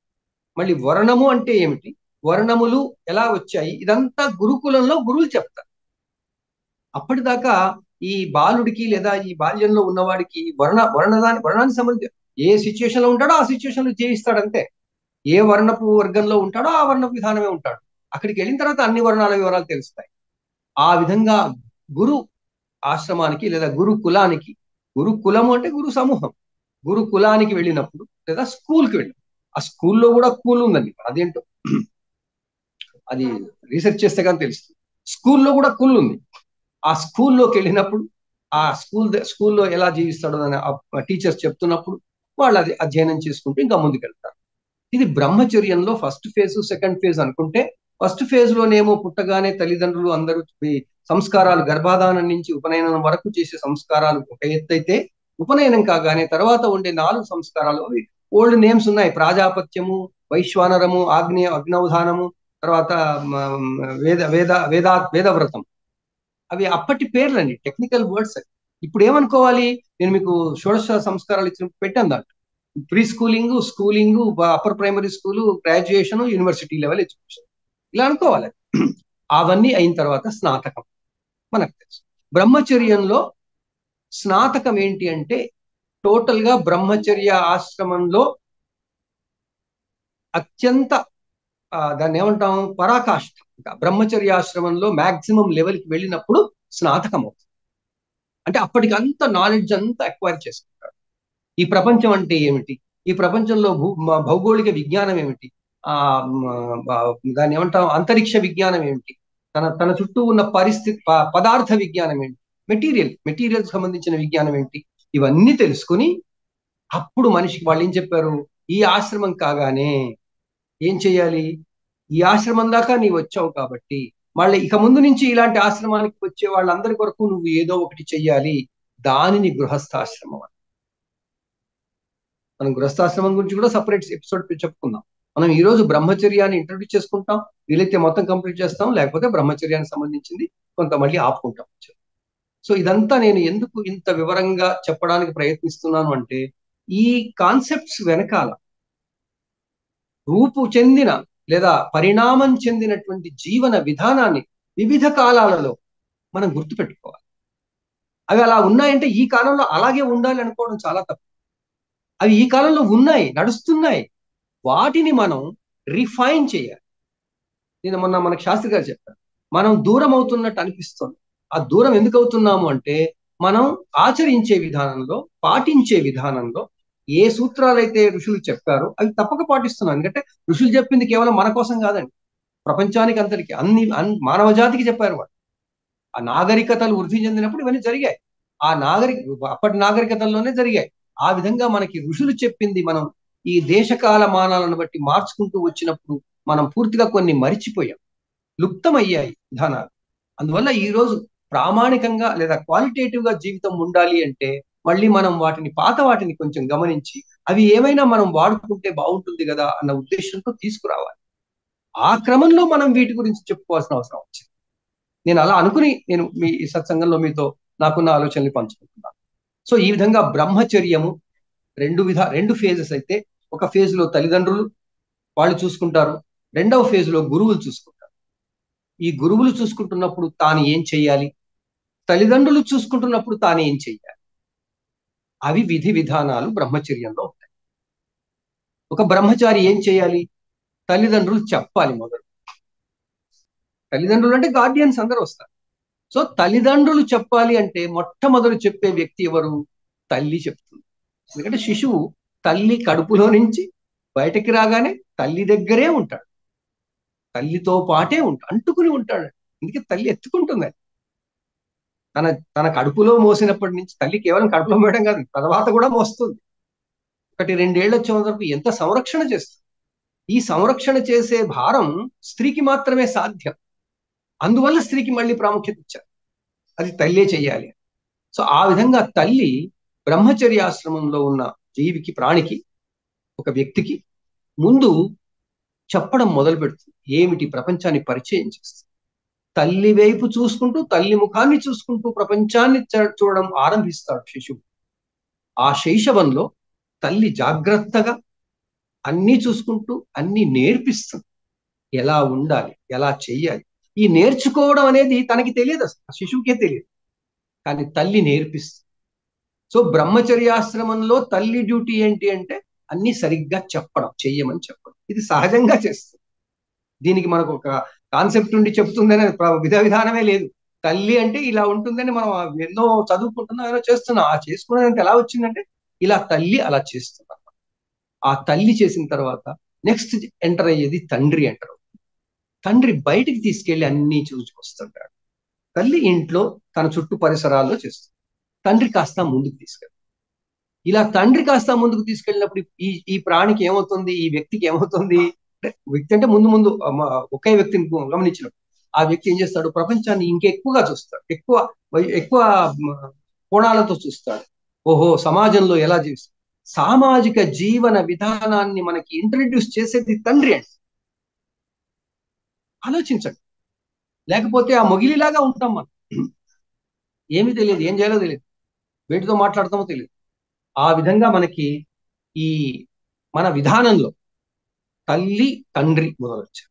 అందువల్ల మనకి అది పెద్దవాళ్ళైన తర్వాత మనం ఆ విషయాన్ని మర్చిపోకూడదు. కాబట్టి మన సంస్కారాలలో అది ముఖ్యమైనది. కాబట్టి మనం ఏం చెప్తాము, మాతృదేవో భవ, పితృదేవో భవ అని చెప్తాం. ఈ చెప్పడం చిన్నప్పటి నుంచే చెప్తాం. ఎందుకు చెప్పాలి, నీకు తల్లి నీ జీవితకాలం అంతా తల్లి నీకు ఇంపార్టెంట్ ఫేజ్ లో నిన్ను చూసుకుంటుందిరా బాబు అని వాడికి చెప్తే వాడికి అర్థమే కాదు కదా. అందువల్ల దీన్ని తల్లిదండ్రులు, గురువులు చెప్పేటువంటి విధానాలని అక్కడ అలా చెప్పబడి. సో బ్రహ్మచర్యాశ్రమంలో శిశువుకి మాతృదేవో భవ, పితృదేవో భవ అంటూ ప్రపంచాన్ని పరిచయం చేసే బాధ్యత, ధర్మం తల్లిదండ్రులది. ఇది బ్రహ్మచర్యాశ్రమంలో ఒకళ్ళ కోసం, తమ కోసం, తాము గృహస్థాశ్రమంలో ఉన్నారు. సో గృహస్థాశ్రమంలో ఉన్న వాడికి ఎక్కువ బాధ్యతలు ఇచ్చారు, స్త్రీ గాని పురుషుడు గాని. ఆ ఎక్కువ బాధ్యతలో సమాజంలో మనిషిని జీవించడానికి సిద్ధం చేయడం ఆరంభం. ఆ క్రమంలో మనకి బ్రహ్మచర్యాశ్రమంలో తల్లి తండ్రి చెప్పిన తర్వాత వాళ్ళు ఇంకా కొన్ని ఇంట్రడ్యూస్ చేస్తారు. ఇప్పుడు రైమ్స్ చెప్తారు పిల్లలకి. తల్లి తండ్రి స్కూల్ పోకముందే రైమ్స్ చెప్తారు. రైమ్స్ చెప్పడం అంటే ఏంటి, బ్రహ్మచర్యంలో మనం విద్యను బోధించడమే కదా. ఆ బ్రహ్మచారి విద్య తీసుకుంటుంటాడు, అన్ని అన్ని రైమ్స్ నేర్చేసుకుంటాడు. ఆ విధంగా చేయవలసిన ఆ విధానం ఏదైతే ఉందో అది పొందడం ఎలా పొందుతున్నాడు అంటే సపోర్టింగ్ ద్వారా పొందుతాడు. సపోర్ట్ చేయాలి. అలా ఆ శిశువు పొందితే ఏమవుతుంది, మన ధార్మిక జీవన విధానంలో చెప్పిన విధంగా అన్ని ధర్మాల విధంగా ధర్మంగా కనుక పెంచినట్టయితే ఈ వ్యక్తి సమాజానికి ఎంతో ప్రయోజనకరుడవుతాడు. అలా చేయకపోతే అతని బ్రహ్మచర్యంలో అతని తప్పు లేదు, కానీ అతని ఆ బ్రహ్మచర్యంలోని ఆ లోటు కారణంగా రేపు సమాజంలో మళ్ళీ మనకి ఇబ్బందులు కలిగించేవాడు. చూడండి, సోషల్ లైఫ్, సంఘ జీవనాన్ని వాళ్ళు ఎంత పర్ఫెక్ట్ గా ఆర్గనైజ్ చేయడానికి ఎన్ని రకాలైనటువంటి సోర్సెస్ ని ముందే గ్రౌండ్ చేసి పెట్టారో చూడండి. ఆ విధంగా అందుకే ఒక జీజియాబాయి ఒక శివాజీని ఇచ్చింది మనకి. ఆ ఆ విధంగా అవన్నీ మనం కథలవన్నీ చెప్పుకుంటాం. అదేంటి బ్రహ్మచర్యంలో మనం గృహస్థులమైన మనం బ్రహ్మచర్యంలో ఆ పిల్లలని ఎలా బ్రహ్మచర్యాశ్రమంలో వాళ్ళని పెంచాలి అనే విధానానికి మనకి ఇవన్నీ కథలుగా చెప్పుకుంటాం. అలా 10 సంవత్సరాల వరకు సుమారు 10 సంవత్సరాల వరకు వాళ్ళకి వ్యక్తిత్వం అనేది ఫిక్స్ అవుతుంది. అప్పటిదాకా ఓపెన్ మైండ్ గా ఉంటుంది. అందుకే పిల్లలు దేవుడు పిల్లలు దేవుడు చల్లని. సో ఆ విధంగా ఓపెన్ మైండ్ తో ఉండి ఈ దేశాన్ని ప్రపంచాన్నంతా ఈ విజ్ఞానాన్నంతా పొందే క్రమంలో వాళ్ళకి ఉండవలసిన సిచ్యుయేషన్స్ ఏర్పాటు చేయవలసిన సపోర్ట్ ఎవరు చేయాలి అంటే సంఘం చేయాలి. ఆ సంఘంలో వాళ్ళకి మొదటి బాధ్యత ఎవరిది అంటే తల్లిది తండ్రి. ఆ తల్లిదండ్రులు ఇచ్చినప్పుడు తల్లిదండ్రులని మేనిఫెస్ట్ అంటే విస్తరిస్తేనే బంధువులు వస్తారు. మళ్ళీ ఆ తల్లికి అన్నదమ్ములు అక్క చెల్లెళ్ళు వాళ్ళు, తండ్రికి అక్క చెల్లెళ్ళు అన్నదమ్ములు వాళ్ళు, వాళ్ళతోనేగా ఈ శిశువు ఇంటరాక్ట్ అయ్యేది. అందువల్ల వాళ్ళందరూ బంధువర్గము. మరి బంధువర్గాన్ని అంతా ప్రేమించాలి, మన వాళ్ళు వీళ్ళు బంధువులని ఎందుకు చెప్తారు? రేపు సమాజంలో ఈ వ్యక్తి పెద్ద అయిన తర్వాత అందరూ నా వాళ్లే అనుకోవడం కొరకు చెప్తారు. ఎక్కడి నుంచి ఎక్కడికి లింకులు ఉంటాయో చూడండి. చిన్నతనంలో ఆ మాట చెప్పకపోతే వాడు పెద్ద అయ్యాక సపరేట్ అయిపోతుంది. మన ఇక్కడ పాశ్చాత్య దేశాలలో అదే కదా అవస్థ మనకి. సో ఈ విధంగా మనకి బ్రహ్మచర్యంలో తల్లిదండ్రులుగా మన బాధ్యత, అన్న తమ్ముళ్ళు చెల్లెలుగా అక్క చెల్లెళ్ళుగా మన బాధ్యత. ఇది బ్రహ్మచర్యంలో వాళ్ళ కోసం. మనం వాళ్ళ బ్రహ్మచర్యానికి మనం సపోర్ట్ ఇవ్వాలి. ఈ బ్రహ్మచర్యానికి ఈ విధంగా మనం ఆలోచించుకుంటూ బ్రహ్మచర్య ఆశ్రమంలో అంటే ఈ ఫేజ్ ఆఫ్ లైఫ్ లో ఇది మళ్ళీ రాదండి. బ్రహ్మచర్యం మళ్ళీ బ్రహ్మచర్యం కాదు. మనం అనుకునే బ్యాచులర్ లేదా బ్రహ్మచారి పెళ్లి కాకుండా అది వేరే విషయం. అది బ్రహ్మచర్య ఆశ్రమానికి సంబంధించింది కాదు. బ్రహ్మచర్యంలో కేవలం విజ్ఞానాన్ని పొందుతూ పొందుతూ నేర్చుకుంటూ సమాజాన్ని, సాంఘిక జీవనాన్ని, ప్రపంచాన్ని అర్థం చేసుకునే క్రమంలో చేసే మొత్తం అధ్యయన కాలం అంతా కూడా బ్రహ్మచర్య ఆశ్రమం. మరి గురువుల దగ్గర ఏం నేర్చుకుంటాడు? గురువుల దగ్గరికి వెళ్ళిన తర్వాత ఈ వర్ణాలంటే ఏంటి, సంఘ జీవనం ఎలా ఉంటుంది, సంఘ జీవన నియమాలేంటి, దాంట్లో ఏ వర్ణం వాడు. వర్ణము అంటే బహుశా నేను దీని అప్పుడు కూడా చెప్పుకుంటాను మన షోడశ సంస్కారాలప్పుడు. వర్ణము అంటే మనిషిలో ఉన్నటువంటి క్వాలిటీ, యాప్టిట్యూడ్ ని బట్టి సంఘంలో వాడికి రోల్ ఇవ్వడం, సంఘంలో బాధ్యత ఇవ్వడం. బ్రాహ్మణ వర్ణం ఏం చేస్తుంది? బ్రహ్మ అంటే విజ్ఞానం, జ్ఞానం మనం అనుకున్నాం. సో జ్ఞానం కొరకు తాపత్రయం కనమాట కదా, దాని కొరకు ఉద్దేశంగా ఈ ప్రకృతిలో అధ్యయనం చేసేవాడు బ్రాహ్మణుడు. చేసి ఏం చేస్తాడు? ఆ జ్ఞానాన్ని పొంది మిగిలిన వాడితో పంచుకోవాలి. ఆ జ్ఞానం పొందడంలో పూర్తిగా నిమగ్నమై ఉంటాడు కాబట్టి అతనికి తిండి గురించి వాటి గురించి ఆలోచన లేకుండా చేస్తాడు కాబట్టి అతన్ని కాపాడుకోవడం, అతనికి తిండి అది ఇవ్వడం అనేది మిగతా వాళ్ళ ధర్మం. ఎందుకంటే వాళ్ళ పని చేయట్లేదు. ఆ విధంగా బ్రాహ్మణులకు దాన ధర్మాలు చెయ్యాలి అని వచ్చింది. ఆ బ్రాహ్మణులు ఏం చేయాలి? బేసిక్ గా సమాజం కొరకు, సంఘ జీవనం మంచి ప్రమాణంలో మంచి ఉండడం కొరకు, ఇంకా కొత్త విషయాలు తెలుసుకోవడానికి ప్రకృతి మీద పరిశోధనలు చేస్తున్నారు. ఆ పరిశోధనలు చేసే క్రమంలోనే వాళ్ళకు ఒక జీవన స్టైల్ ఇచ్చారు. ఏంటది? నీవు పొద్దున్న లేచినప్పటి నుంచి సాయంత్రం వరకు యజ్ఞాలు చేయాలి, యాగాలు చేయాలి, వేద మంత్రాలు చదువుకుంటూ ఆ ప్రకృతి శక్తులన్నింటినీ వీలున్నంత వరకు రీసెర్చ్ చేస్తున్నారు. పూజ అంటే ఏంటండి? పూజ అంటే ఏం లేదండి, చెప్పింది జ్ఞాపకం పెట్టుకోవడానికి, రోజు మర్చిపోకుండా చేసుకోవడానికి, ప్లస్ ఈ ప్రకృతి మీద రీసెర్చ్ చేయడానికి. ఉపాసన, పూజ ఇవన్నీ అలాంటివే. ఆ నాలెడ్జ్ అంతా మనం అక్విజిషన్ ఫేజ్ అయిపోయింది కాబట్టి ఇప్పుడు కేవలం చెయ్యాలి అనే వరకు వచ్చాం. ఎందుకు వచ్చామంటే చారిత్రక కారణాల వల్ల అలాగైనా చెప్తే చేస్తారు అన్న ఉద్దేశంతో వాళ్ళు చెప్పుకుంటూ వస్తే ఆ చెప్పింది కాస్త మనం పోగొట్టుకోకుండా ఇప్పటిదాకా పాటిస్తున్నాం కాబట్టి అలా చేస్తున్నాం. ఇది లేకపోతే ఏమవుతుంది? ఇప్పుడు సమాజం ఇప్పుడు పాశ్చాత్య సమాజంలో ఎలా ఉన్నారు? అంత అగమ్య గోచరం. పుట్టగానే వాడు పిల్లగాడు ఎలా బతుకుతాడనే విషయం వాళ్ళకి తెలియదు. వాళ్ళు అలా పడేస్తారు. వాడు ఎలా అవుతాడు, సంఘంలో ఎలా అవుతాడు, సంఘంలో ఆటోమేటిక్ గా వాడి కోసం వాడు బతకడం మొదలు పెడతాడు. వాడికి కుటుంబ వ్యవస్థను తీసుకురావడం, ఇదంతా కూడా ఇంటిగ్రేటెడ్ దాన్ని ఏమంటాం మనం, సమగ్రమైనటువంటి జీవన విధాన నిర్దేశన నిర్దేశం కొరకు చేశారు మన ఋషులు. ప్రతిదానికి ఓ లింక్, మళ్ళీ అంతా కలిపితే సమగ్రమైన జీవనం ఎక్కడ ఉంటుందంటే ఇవన్నీ కలిపితే ఉంటుంది. ఆ క్రమంలో బ్రహ్మచర్యాశ్రమం అనేది అయిన తర్వాత ఆ బ్రహ్మచర్యంలో గురువుల దగ్గర ఉన్నప్పుడు వర్ణ భేదాలు తెలుసుకుని తాను ఏ వర్ణం చెందినవాడో నిర్ణయం చేసుకోవాలి.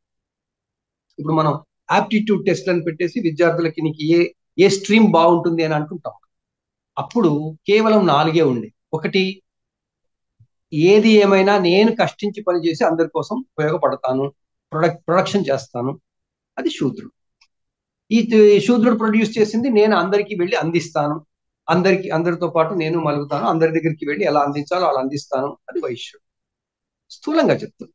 తర్వాత అందరూ క్షేమంగా ఉండాలి, భద్రంగా ఉండాలి, వేరే వాళ్ళు వచ్చి మనల్ని ఆక్రమించకూడదు, వేరే వాళ్ళు వచ్చి మనల్ని మన మన మన భద్రత ఇది కాకూడదు, మనల్ని చంపేయకూడదు, కొట్టకూడదు అని అందరిని రక్షించాలి. కాబట్టి ప్రొటెక్షన్ కోసం క్షత్రియుడు. వీళ్ళు ఈ పనులన్నీ చేస్తుంటే అసలు అందరం ఎలా బతకాలి, ఎంత విజ్ఞానంతో బతకాలి, మన విజ్ఞానాన్ని ఎలా అప్డేట్ చేసుకోవాలి అని చేయాల్సింది బ్రాహ్మణుడు. సో బ్రాహ్మణ, క్షత్రియ, వైశ్య, శూద్ర ఇవి ఏమిటి అంటే వర్ణములు, ఇవి కులాలుగా. కులము అనేది ఈ రోజు అనుకునే మన కులం తర్వాత వచ్చింది, ఆ జీవన విధానం మారిపోయిన తర్వాత వచ్చింది. మరి ఆ జీవన విధానంలో శూద్రులు ఏం చేసేవాళ్ళు, ఈ రాజులు ఏం చేసేవాళ్ళు అంటే, శూద్రుల పని ఏంటి, ముఖ్యంగా అందరికీ హెల్ప్ చేయడం, అందరికీ సహాయం చేయడం. సహాయం చేస్తే ఎందుకంటే వాళ్ళ యాటిట్యూడే, వాళ్ళ level of understanding, level of ఇంటెలిజెన్సే అది. అప్పుడు ఆ కారణంగా శూద్రుల్ని సేవకులు ఆ విధంగా చెప్పుకుంటూ వచ్చారు. కానీ కాలక్రమంలో అది కాస్త రిజిడ్ అయిపోయింది, అది కాస్త వంశపారంపర్యం అయిపోయింది. ఆ వంశపారంపర్యం మొదలు లేదండి. మహాభారత కాలంలోనే నేను చదివాను ఎక్కువ. మహాభారత కాలంలో కూడా ఈ వర్ణ భేదాలు ఉన్నా ఆ వర్ణం వాళ్ళు ఆ వర్ణంలోనే జీవించి అది కులంగా లేదు. అందుకే మనం చూస్తాం అర్జునుడు ఎంతో మందిని వివాహం చేసుకుంటాడు. ఏ వర్ణం అక్కడ ఎక్కడ చెప్పలేదు, వాడు ఈ కులం వాడిని చేసుకుని ఆ కులం వాడిని చేసుకున్నాడు. వాళ్ళు పుట్టిన వాళ్ళు రాజులు అయ్యారు, క్షత్రియులు అయ్యారు, క్షత్రియ పనులు క్షత్రియ చేశాడు, బ్రాహ్మణులు అయ్యారు, బ్రాహ్మణులు అయ్యారు. మనం ఇది భట్టి విక్రమార్క కథలో కూడా చూస్తాం, అది ఆ స్పిరిటే ఉంది. సో ఆ విధంగా మనకి ఈ వర్ణ వ్యవస్థ గురించి ఆ విషయాలన్నీ కూడా బ్రహ్మచర్యంలో ఆరంభంలో మన గురువుల దగ్గర వాళ్ళు నేర్చుకుని, తనకి ఇష్టమైంది క్షాత్రం అయితే క్షాత్ర విద్య, తనకిష్టమైంది శూద్ర విద్య, శూద్రులకు సంబంధించిన విద్యలు ఏవైతే ఉన్నాయో వాటి గురించి అవి, లేదా తనకు సంబంధించిన వైశ్య వృత్తిలో వైశ్య వర్ణానికి సంబంధించినవి చేసుకోవడం కోసం దానికి అలా పంపించే క్రమం వచ్చినప్పుడు బ్రహ్మచర్యం పూర్తవుతుంది.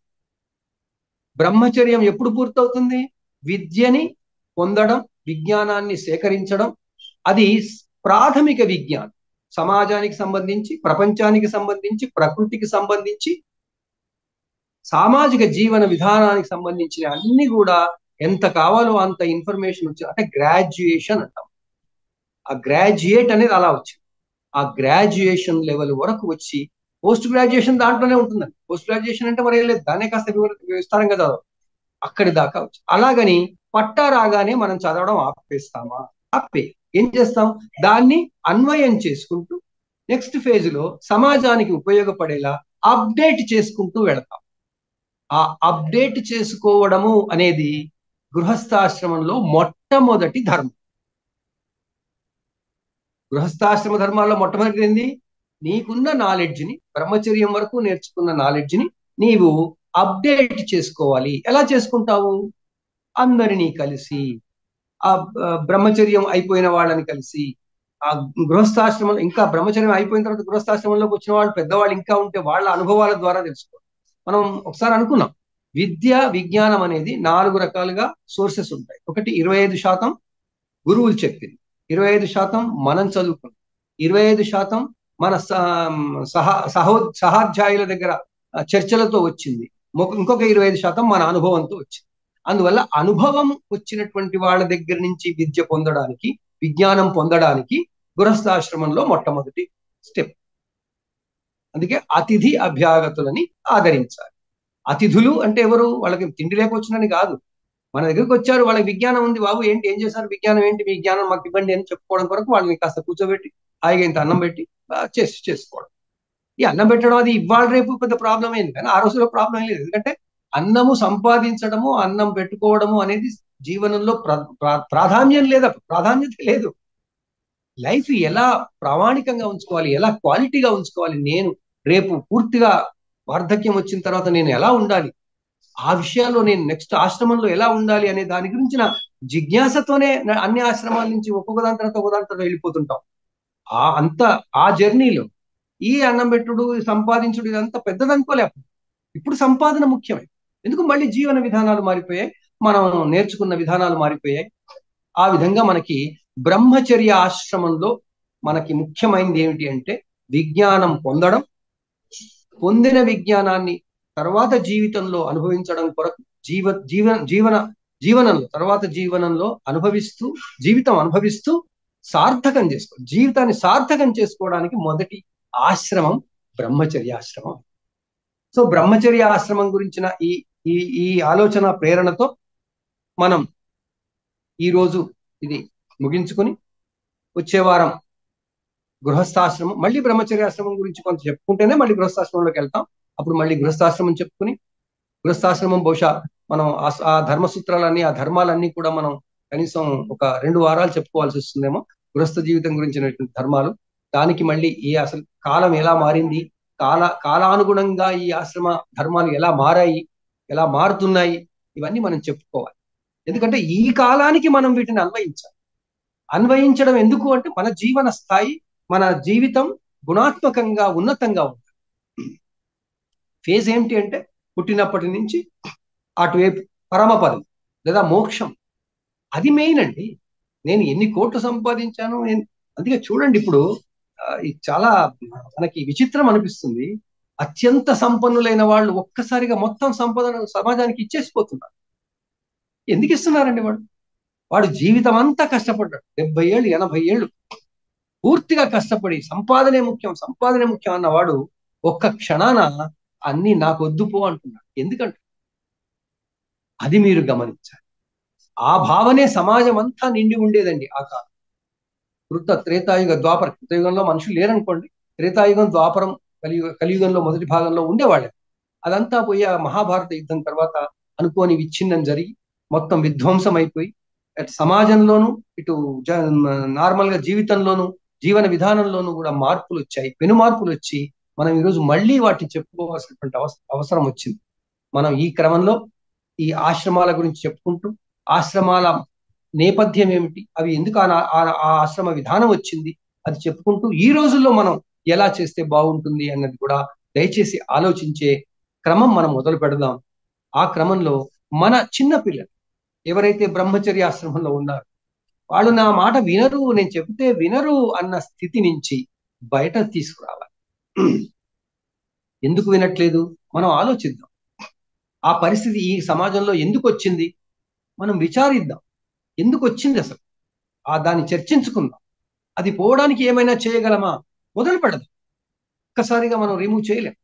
మీరందరూ గనక ఒక 50-60 సంవత్సరాల గతించిన కాలాన్ని గనక ప్రతి వాళ్ళు మీకు తెలిసినటువంటి క్రమంలో ఆ పరిధిలో మీరు గనక దాన్ని విశ్లేషిస్తే ఈ రోజు చిన్న పిల్లలు ఎందుకు మన మాటలు వినడం లేదు అన్నదానికి సమాధానం దొరుకుతుంది అని నేను ఆశిస్తాను.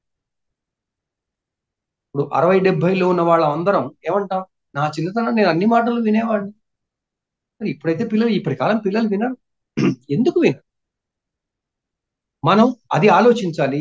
సమాజం కోసం మనం ఏం చేయడం ఆగిపోయింది, సమాజం కోసం ఏమీ చేయడం ఆగిపోయిన కారణంగా ఇది జరుగుతుందా, లేదా మన జీవన విధానం ఏమైనా మారిపోయింది, ఇంకా ఏమైనా అడిషనల్ బర్డెన్ మన మీద వచ్చిందా, మార్పులు ఏం జరిగాయి, ఇవన్నీ మనం ఆలోచించుకుంటే ఈ ఆశ్రమ ధర్మాలకు సంబంధించిన అసలైన ఉపయోగం తీసుకురావడానికి, అసలైన ప్రయోజనం ఈ సమాజానికి ఇవ్వడానికి మనం ఏదో ఒక రకంగా విత్తనం వేసి ఆరంభం చేద్దాం. ఈ విషయాలు చెప్పుకుంటూ నేను ఇప్పుడు మిగిలిన సమయాన్ని మన అందరి సమీక్షకు చర్చకు ఆరంభించమని ప్రార్థిస్తున్నాను. దయచేసి మీరు అందరూ మీ అభిప్రాయాలని చెప్పండి. ఈ ఆలోచన విధానంలో ఏం చేయాలో చెప్పండి. ధన్యవాదాలు శాస్త్రి గారు. అందరికీ మరొక్కసారి ఎందుకు ఆశ్రమ ధర్మాలు అనేది ఇక్కడ నేర్పించడం జరుగుతుంది, లేకపోతే చర్చించడం జరుగుతుంది అని ఒక్కసారి గుర్తు చేయాలి. ఆశ్రమ ధర్మాలు అనేది నా ప్రకారము సనాతన ధర్మం యొక్క ఆచరణ విధానంలోని ఒక కీలకమైనటువంటి అంశం. శాస్త్రి గారు చెప్పినట్లుగా మేము హిందూ మిత్ర తరపున అయితే హిందూ మిత్ర వర్ణ ధర్మమును అనగా బ్రాహ్మణ, వైశ్య, శూద్ర, క్షత్రియ అనేటటువంటి వర్ణ ధర్మములను గుర్తిస్తుంది, గౌరవిస్తుంది. ఆశ్రమ ధర్మాలైనటువంటి బ్రహ్మచర్యము, గృహస్థ, వానప్రస్థ సన్యాసమును గుర్తిస్తుంది, గౌరవిస్తుంది. ముఖ్యంగా అందులో గృహస్థ ధర్మాన్ని పూర్తిగా దానిపైనే కృషి అంతాను. హిందూ మిత్రులను కూడా నిజంగా గృహస్థ అవస్థలో గృహస్థాశ్రమాన్ని ఆచరిస్తున్నటువంటి వారిపైనే మా దృష్టి అంతా కూడా. శాస్త్రి గారి చివరిలో ఒక చాలా ముఖ్యమైన విషాదకరమైన దుఃఖభరితమైనటువంటి ఒక విషయం చెప్పారు. అది ఏంటంటే హిందువు అనేటటువంటి వాడు సమాజం కొరకు ఏమాత్రము కృషి చేయట్లే. ఆయన అంత కఠినంగా అనలేదు, కానీ నేను దానిని ఇంకొంచెం తీవ్ర స్థాయికి తీసుకెళ్ళాను. గృహస్థ అనేటటువంటి ఒక హిందువు ఎవరైనా సరే కూడా, ముఖ్యంగా హిందువుని ఎందుకు చెప్పాలంటే హిందూ ధర్మంలోని ఆ కీలకమైన అంశం కాబట్టి, గృహస్థ ఇంటి బాధ్యతలను చక్కగా నిర్వర్తించాలి. పెళ్లి చేసుకున్న తర్వాత పెళ్ళాం భర్త భార్యను చాలా చక్కగా చూసుకోవాలి. అప్పుడేమవుతుంది, విడాకులు ఉండవు, ఒకళ్ళనొకళ్ళు అర్థం చేసుకోవడం, ఇవన్నీ కవర్ చేస్తారు శాస్త్రి గారు. అలాగా మొదటి బాధ్యత. 2, పిల్లల్ని చక్కగా చూసుకోవడం. ఇది చేస్తూ కూడా సమాజం పట్ల సమయాన్ని కేటాయించడం. ఇది గృహస్థ బాధ్యత. అందుకు సమాజము వేరు, ఇల్లు వేరు కాదు. ఇటువంటి అంశాలన్నీ కూడా టచ్ చేశారు శాస్త్రి గారు. అయితే మిమ్మల్ని కోరేది ఏంటంటే, మీలో ఎవరైనా సరే ఇవాళ శాస్త్రి గారు వివరించిన వాటి నుంచి సారాంశమును మీరు ఎవరైనా సరే పాయింట్ వైజ్గా మీరు చెప్తే ఎవరెవరు ఎంత ఫాలో అవుతున్నారు అనేది ఒకటి తెలుస్తుంది. రెండోది ఇంటరాక్షన్కి కూడా ఉపయోగపడుతుంది. దయచేసి మీరు ఆ ప్రయత్నం చేయవలసిందిగా ప్రార్థన. ఎవరైనా ముందరికి రావచ్చు. నమస్కారం అయ్యా. నమస్కారం. శర్మ గారు మీరు చెప్తారా? సభకు నమస్కారం. నా పేరు రామడుగుల వెంకట దుర్గా ప్రసాద్ శర్మ. అన్నవరంలో నివాసం. ఇక్కడ సోమనాథ్ గురువు గారు చెప్పినటువంటి అంశాలన్నీ చాలా స్పష్టంగా, అంటే నేను పౌరోహిత్యంలో ఉండడం, స్మార్థం చదువుకుని ఉండడం వలన కొద్దిగా సులువుగా అర్థమైంది నాకు. ఈ శైశవము, కౌమారము, యౌవనము, తర్వాత గృహస్థాశ్రమము, వానప్రస్థము, ఇవన్నీ కూడా సుస్పష్టంగా నేను ఆ పద ప్రయోగం కూడా చాలా పట్టుగా చెప్పారు. చాలా ఆనందంగా ఉంది నాకు. భాష యందు పట్టు ప్రతి ఒక్కరికి కూడా అర్థమయ్యేది భాష రూపంలోనే అని బలంగా విశ్వసిస్తూ ఉంటాను. సగం మాట్లాడడం, సగం సగం చెప్పడం, ఇవన్నీ కూడా చాలా ప్రమాదకరమని నా బలమైనటువంటి అభిప్రాయం. ఈ వేదంలో అనుదాత్త, ఉదాత్త స్వరితములు, దీర్ఘ స్వరితములు కూడా ఆ ప్రకారంగానే ఇందులో ఏర్పాటు చేయబడ్డాయి. ఈ వేదములు వర్ణ వ్యవస్థ అనేటటువంటిది చాలా సుస్పష్టంగా చెప్తారు ఆయన. బ్రాహ్మణ కులంలో పుట్టినవాడు బ్రాహ్మణుడు అవ్వాలని కానీ ఇలాగా ఏ ప్రకారంగా నువ్వు చెప్పబడలేదు అని చాలా సుస్పష్టంగా నేను దానికి చాలా ఆనందిస్తూ ఉంటాను. ఎందుచేతను అంటే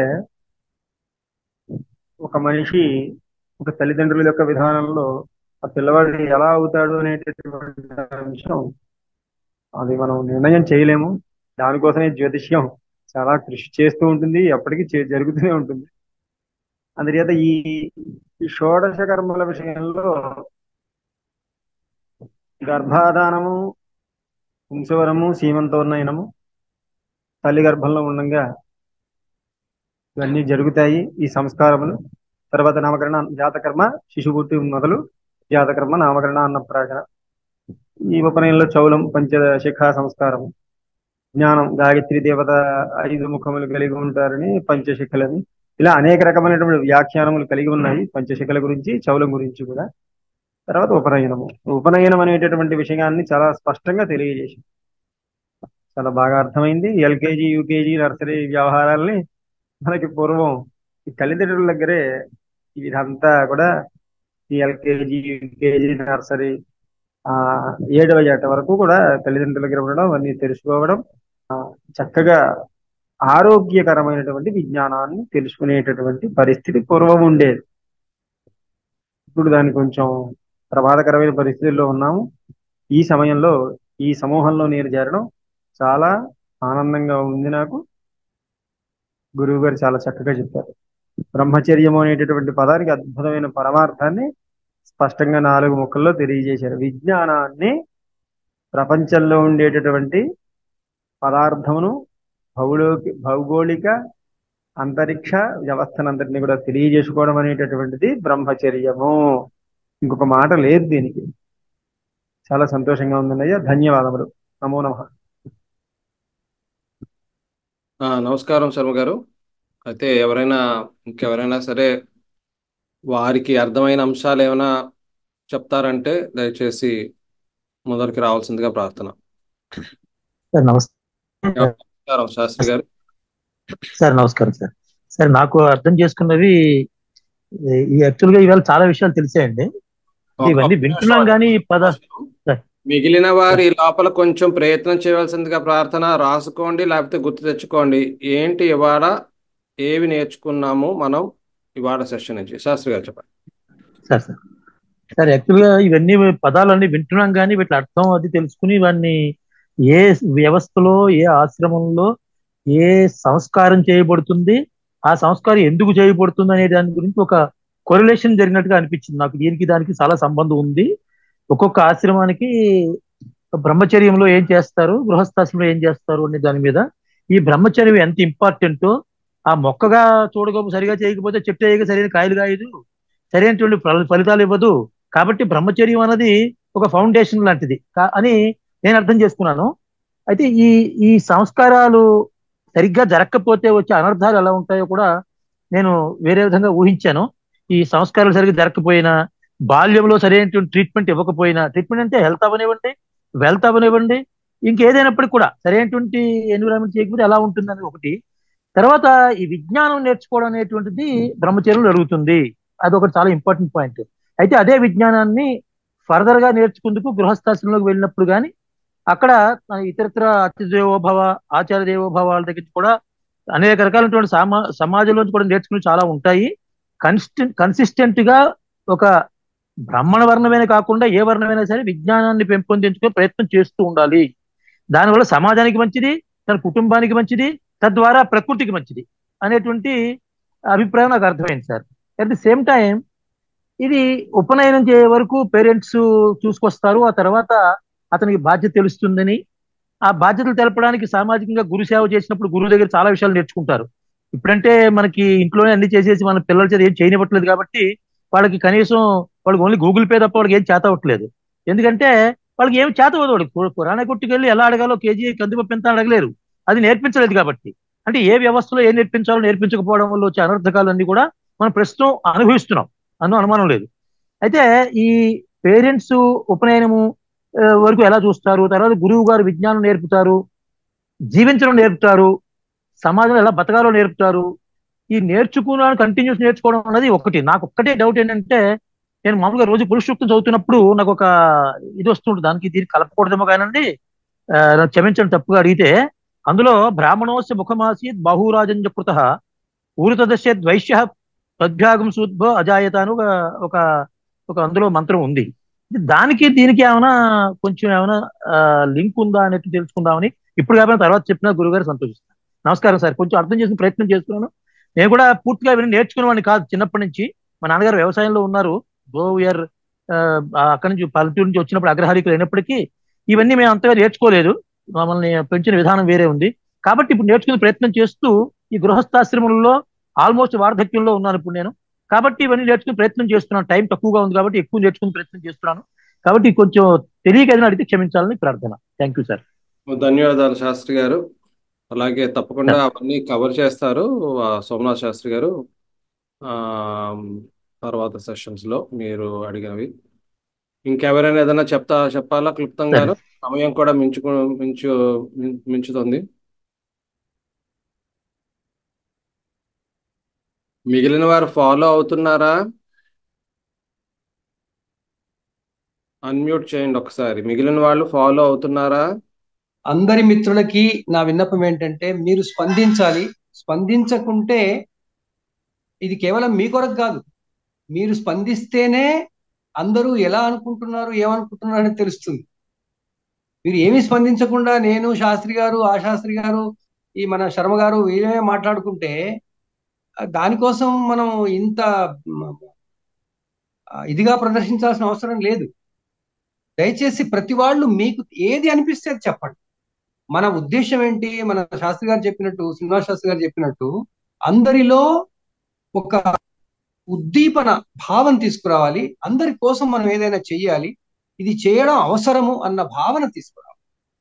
అలా చెయ్యాలి అంటే మీలో కలిగే భావాలు చెప్పండి. ఇదంతా నాకు ట్రాష్ అనిపిస్తుందండి, ఐ డోంట్ బిలీవ్ ఇట్, అలా చెప్పాలనుకుంటే కూడా చెప్పండి, ఏం ప్రాబ్లం లేదు. ఎందుకంటే మన ఆలోచన ధోరణిలో దురదృష్టవశాత్తు 200 సంవత్సరాల ఈనాటి విద్యా విధానం కారణంగా మన బ్రెయిన్ టోటల్ గా వాష్ అయిపోయింది. దాంట్లో మనం ఫీలింగే చెప్పలేకపోతున్నాం. అన్ని ఈ 200 సంవత్సరాల కింద నేర్చుకున్నటువంటి విద్యా విధానంగానే ఆలోచిస్తున్నాం. ఈ రోజు చదివెందుకు అంటే ఉద్యోగానికి అంటున్నాం, కళ్ళు మూసుకొని. అసలు చదివెందుకు ఉద్యోగానికని ఏ ఏ శాస్త్రంలోనూ ఏ విధానంలోనూ లేదు. ఒక మన విధానమే కాదు, పాశ్చాత్య విధానంలో కూడా లేదు. పాశ్చాత్య విధానంలో కూడా వాడు చదివెందుకు అంటే సంపాదించుకోవడానికని కాదు. వాళ్ళకి అక్కడ శీతల దేశాలు కాబట్టి వాడు అది వృత్తులు లేకపోతే జీవితం లేడు కాబట్టి ఆ వృత్తి నేర్చుకోవడం కోసం వాడని. అక్కడ అక్కడ ప్రొఫెసర్స్ వచ్చారు, అక్కడ శాస్త్రవేత్తలు వచ్చారు, అక్కడ పెద్దవాళ్ళు వచ్చారు, ధర్మవేత్తలు వచ్చారు, తపస్సులు వచ్చారు, పెద్ద ఋషులు వచ్చారు. అక్కడ కూడా ఋషులు ఉన్నారండి. ఆ ఋషుల పేర్లు మనం వేరే పెట్టుకుంటున్నాం కానీ అక్కడ కూడా ఋషులు ఉండేవాళ్ళు. దయచేసి మీరు మీలో కలిగే భావనల్ని తీసుకురండి. సో దట్ మనం అందరికీ మళ్ళీ మీ భావనలని మేము గమనించి వాటికి తగ్గట్టుగా మనం ఇంకా ఏదైనా ఆలోచించడానికి మార్గం దొరుకుతుంది. దయచేసి స్పందించండి. ప్రతి ఒక్కరు దయచేసి మాట్లాడాలని కోరుతున్నాను. ఓకే, ఎవరు స్పందిస్తున్నారు ఇప్పుడు?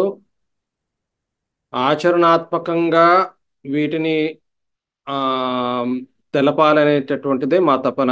కాలక్షేపానికి మటుకు మేము ఈ సెషన్స్ చేయట్లేదు. అందులోని కేవలం పూర్వం మా తాతలు ఏమిటంటారు నెయ్యి రాసుకున్నారు టైపులో కూడా అసలు కాదు. ఇప్పుడు ప్రస్తుత కాలంలోని ఉపయోగమా ఉందా లేదా, ఉపయోగం లేకపోతే దానిని ఎందుకు మనం ఆ, మాట్లాడుతున్నాం దాని గురించి. ఉపయోగం ఉంటే ఎలాగ దాన్ని ఆచరిస్తాం, ఆచరింపదగినటువంటి విషయాలు నేర్చుకుంటున్నామా, లేకపోతే ఇవన్నీ శాస్త్రి గారు చెప్పినట్లుగా ఆ పనికి రానటువంటి విషయాలా? ఏ విషయమైనా సరే మీ మనసులో ఉన్నటువంటి భావం తెలపగలిగినప్పుడే మనలోని నిజంగా చైతన్యం వచ్చినట్లు. మనం ధర్మాన్ని కాపాడుదాము అని అంటూ ఉంటాం కదా. ధర్మాన్ని కాపాడడం అంటే కేవలం పూజలు చేయడమే కాదు, ధర్మాన్ని కాపాడడం అంటే దేవాలయం వెళ్ళడమే కాదు, వ్రతాలు ఆచరించడం కాదు. ధర్మాన్ని కాపాడడం అంటే నిత్య ధర్మములను దైనందిన జీవితంలో ఆచరించడం కూడాను. సో ఎవరు ఇప్పుడు మాట్లాడతారో చెప్పండి. నమస్తే అండి, నా పేరు ఆకెల్ నాగేశ్వరరావు. నమస్కారం. నాకు లింక్ కనెక్ట్ అయ్యేటప్పుడు గురువు గారు పంపించారు, కానీ నేను వాకింగ్ వెళ్ళిపోయి ఇచ్చేటప్పటికి లేట్ అయింది. లేట్ గా జాయిన్ అయ్యేప్పుడు కొంచెం విషయం చెప్పారు. సబ్జెక్ట్ చాలా బాగుందండి. ఇంకా 6 సెషన్లు ఉన్నాయన్నారు. చాలా బాగా ఎక్స్ప్లెయిన్ చేస్తున్నారు, బాగుంది. నేను ఆ, నేను దీంట్లో చాలా ఉత్సాహంగా పాల్గొంటానండి. నెక్స్ట్ టైం కరెక్ట్ టైం 6:30 కూడా ఉంటున్నాను, నేను క్లాస్లో ఉంటాను. అలాగండి, ధన్యవాదాలు. ఇంకెవరు మాట్లాడుతున్నారు? గురువు గారు నమస్కారం అండి. నమస్కారం. మీ పేరండి? మేడవరం పెద్దయ్య. మ్హూ. మేడవరం పెద్దయ్య గారు. అలాగే అండి, చెప్పండి. నమస్కారం అండి. మేము మధ్యలో జాయిన్ అయ్యాము, మాకు వేరే ద్వారా లింక్ వచ్చింది. గురువు గారు చాలా చక్కటి విషయాలు మాతృదేవోభవ, పితృదేవోభవ, ఆచార్య దేవోభవ అని అనడమే తెలుసు కానీ అసలు ఎందుకు అంటున్నారో, అది ముందెందుకు, ఇది వెనకాల ఎందుకు పెట్టారో అనే విషయాన్ని ఈరోజు గురువు గారు చాలా స్పష్టంగా మాకు వివరించి చెప్పడం జరిగింది. ఎందుకంటే 9 మాసములు మోయడమే కాకుండా ఆ తర్వాత కూడా ఆ శిశువు తల్లి సమక్షములోనే ఎంత చక్కగా పెరుగుతాడు. అందుకే ముందుగా మాతృదేవోభవ అని, తర్వాత ఆ యొక్క తండ్రి సమాజాన్ని పరిచయం చేస్తాడు కాబట్టి పితృదేవోభవ అని, ఆ తర్వాత ఆ యొక్క ఆ, ఉపనయనం అయిన తర్వాత గురువు దగ్గరికి వెళ్తారు కాబట్టి ఆ యొక్క గురుదేవు ఆచార్య దేవోభవ అని చాలా చక్కటి విషయాన్ని మాకు వివరించడం జరిగింది. ఇంకా చాలా విషయాలు చెప్పాలన్నా ఇంకా చాలా మంది ఉంటారనే ఉద్దేశంతో ముగిస్తున్నాం. గురుగారు మాకు ఒకటి హిందూ మిత్రలో మాకు లింకు పంపిస్తే బాగుంటుందని అనుకుంటున్నాము. ఎందుకంటే ఇది మా గురువు గారి ద్వారా లింక్ వచ్చింది మాకు. ఆయన చాలా శ్రద్ధగా చక్కగా విన్నాము. ముందు ముందు కూడా మేము దీంట్లో పార్టిసిపేట్ చేయడానికి హిందూ మిత్రులు మమ్మల్ని జాయిన్ చేయవలసిందిగా సవినయంగా గురుగారిని ప్రార్థిస్తున్నాం. గురుగారు ధన్యవాదాలు. గురుగారు నమస్కారం అండి. హిందూమిత్రలో జాయిన్ అవ్వడానికి మీకు నెంబర్ పంపిస్తున్నాను, దానికి వాట్సాప్ చేస్తే మిమ్మల్ని జాయిన్ చేస్తాం. అయితే సమయం ఇంకా ముగుస్తుంది, ఇంకా 3 నిమిషాలు ఉంది. ఇంకెవరన్నా చెప్పాలంటే చెప్పచ్చు. శాస్త్రి గారు, నేను శ్రీప్రద మాట్లాడుతున్నాను. నమస్కారం అండి. నమస్కారం, చెప్పండి. నాకు ఇదొక ప్రశ్న ఉండింది. ఇప్పుడు మనకి రోజు చూస్తున్న పరిస్థితులు అయితే ఒక 20 ఏళ్ళు దాటిన వాళ్ళందరూ ఉద్యోగాలు చేస్తారు, ఇంట్లో ఉంటారు. ఒక్కొక్కరే ఉంటున్నారు, చాలా మటుకు ఒక్కొక్కరు ఉంటారు, లేకపోతే రూమ్మేట్స్ తో ఉంటారు. అంటే అది ఏ వర్ణాశ్రమంలో వస్తుంది? ఇంకొకటి, ఇప్పుడు ఒక తండ్రి ఇంట్లో ఏమో పిల్లలకి బ్రాహ్మణ వృత్తి అంటే ఒక టీచర్ లాగా ఉంటారు. మళ్ళీ ఇంట్లో అంటే అందరి ముందర, ఇంటి వాళ్ళ ముందరేమో ఒక యజమాని క్షత్రియ వృత్తి అనిపిస్తుంది. కానీ జాబ్ వెళ్ళినప్పుడేమో సాఫ్ట్వేర్ అదొక శూద్ర వృత్తి, లేకపోతే వైశ్య వృత్తి.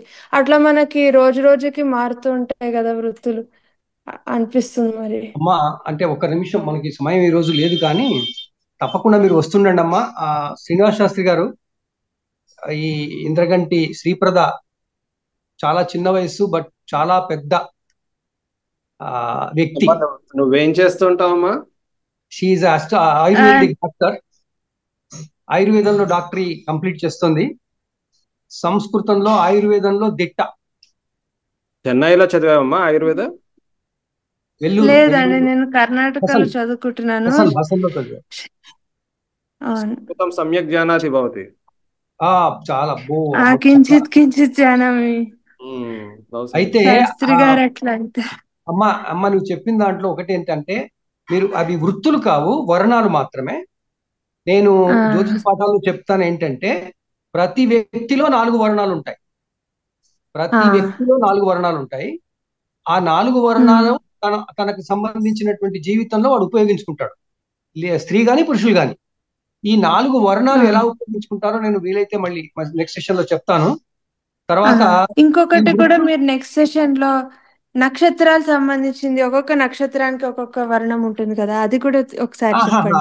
అవి దీనికి సంబంధించి అది సెషన్ కాదు. బేసిక్ గా నక్షత్రాలకి, రాసులకి, గ్రహాలకి వర్ణాలు అవన్నీ పెట్టింది ఎందుకు అంటే, వాటి యొక్క తత్వం మనం అర్థం చేసుకోవడం. వాటికి వర్ణాలు లేవు. ఇప్పుడు నేను రవికి సంబంధించినటువంటి కారకత్వంతో ఉంటున్నాను అంటే, రవికి సంబంధించినటువంటి దానికి ఇచ్చిన పేరు ఆ వర్ణం. అది నాలో ఉన్న గుణాన్ని చెప్పడం కొరకు వాటి పేర్లు పెట్టారు. ఆ గ్రహాలకు కానీ, నక్షత్రాలకు కానీ, రాసులకు కానీ. అవి ఇవి కాదు. నేను దాన్ని జ్యోతిషం పాఠాల్లో చెప్తుంటాను. కాకపోతే మనకి కావాల్సిన విధంగా, ఈ మన ఆశ్రమానికి కావాల్సిన విధంగా నేను నెక్స్ట్ వీక్ చెప్తాను. ఆశ్రమ ధర్మాలని కవర్ దానికి ఎలా ఉందో చెప్తాను. కానీ శ్రీపద ఇటువంటి ప్రశ్నలే, ఇటువంటి ఒరిజినల్ థింకింగ్ మనుషులే మనకి ఇప్పుడు అవసరం. మీరు అడిగిన ప్రశ్న ఇది స్వతహాగా మీకు ఏమిటంటారు, ఆ లెవెల్ ఆఫ్ అది copy cat thinking. Very high level. బాగుంది మీ ప్రశ్న, నాకు చాలా నచ్చింది. అలాంటి ప్రశ్నలతో మన సొసైటీని, మన ధర్మాన్ని మనం ఇంకొంచెం అర్థం చేసుకోవాలి. మనం బ్యారియర్స్ని పుష్ చేయాలి. అండ్ ప్రాక్టికల్ అప్లికేషన్, నేను కేవలం మాట్లాడేది ఎప్పుడు ప్రాక్టికల్ అప్లికేషన్. సో అందువలన ప్రాక్టికల్ యూటిలిటీ ఉందా లేదా ఈ ప్రస్తుత కాలంలో ఒకసారి తేల్చేద్దాం. అలా దానికి ఇలాంటి క్రిటికల్ థింకింగ్ లీడర్షిప్ ఉన్న వాళ్ళు ముందరికి రావాలి. తాను భవిష్యత్తుకి ఆశ sir. She is a very young lady.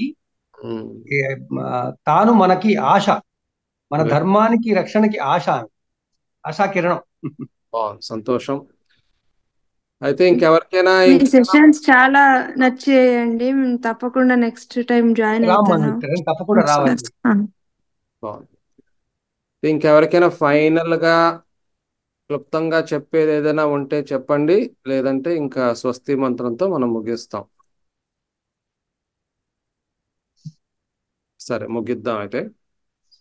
Survey భవంతు సుఖినః, సర్వే సంతు నిరామయాః, సర్వే భద్రాణి పశ్యంతు, మా కశ్చిత్ దుఃఖభాగ్ భవేత్. ఓం శాంతి శాంతి శాంతి. ఓకే. సహనవతు సహనౌ భునక్తు సహ వీర్యం కరవావహై తేజస్వినావధీతమస్తు మా విద్విషావహై. ఓం శాంతి శాంతి శాంతి. మా గురువు గారికి శిష్యులకి మధ్యలో ఎవ్వరూ ఆటంకపరచకూడదని మనస్ఫూర్తిగా వేడుకుంటున్నాను.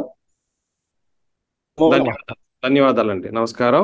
వచ్చే శనివారం మళ్ళీ కలుద్దాం. ఉంటాను. నమస్కారం. నమస్కారం.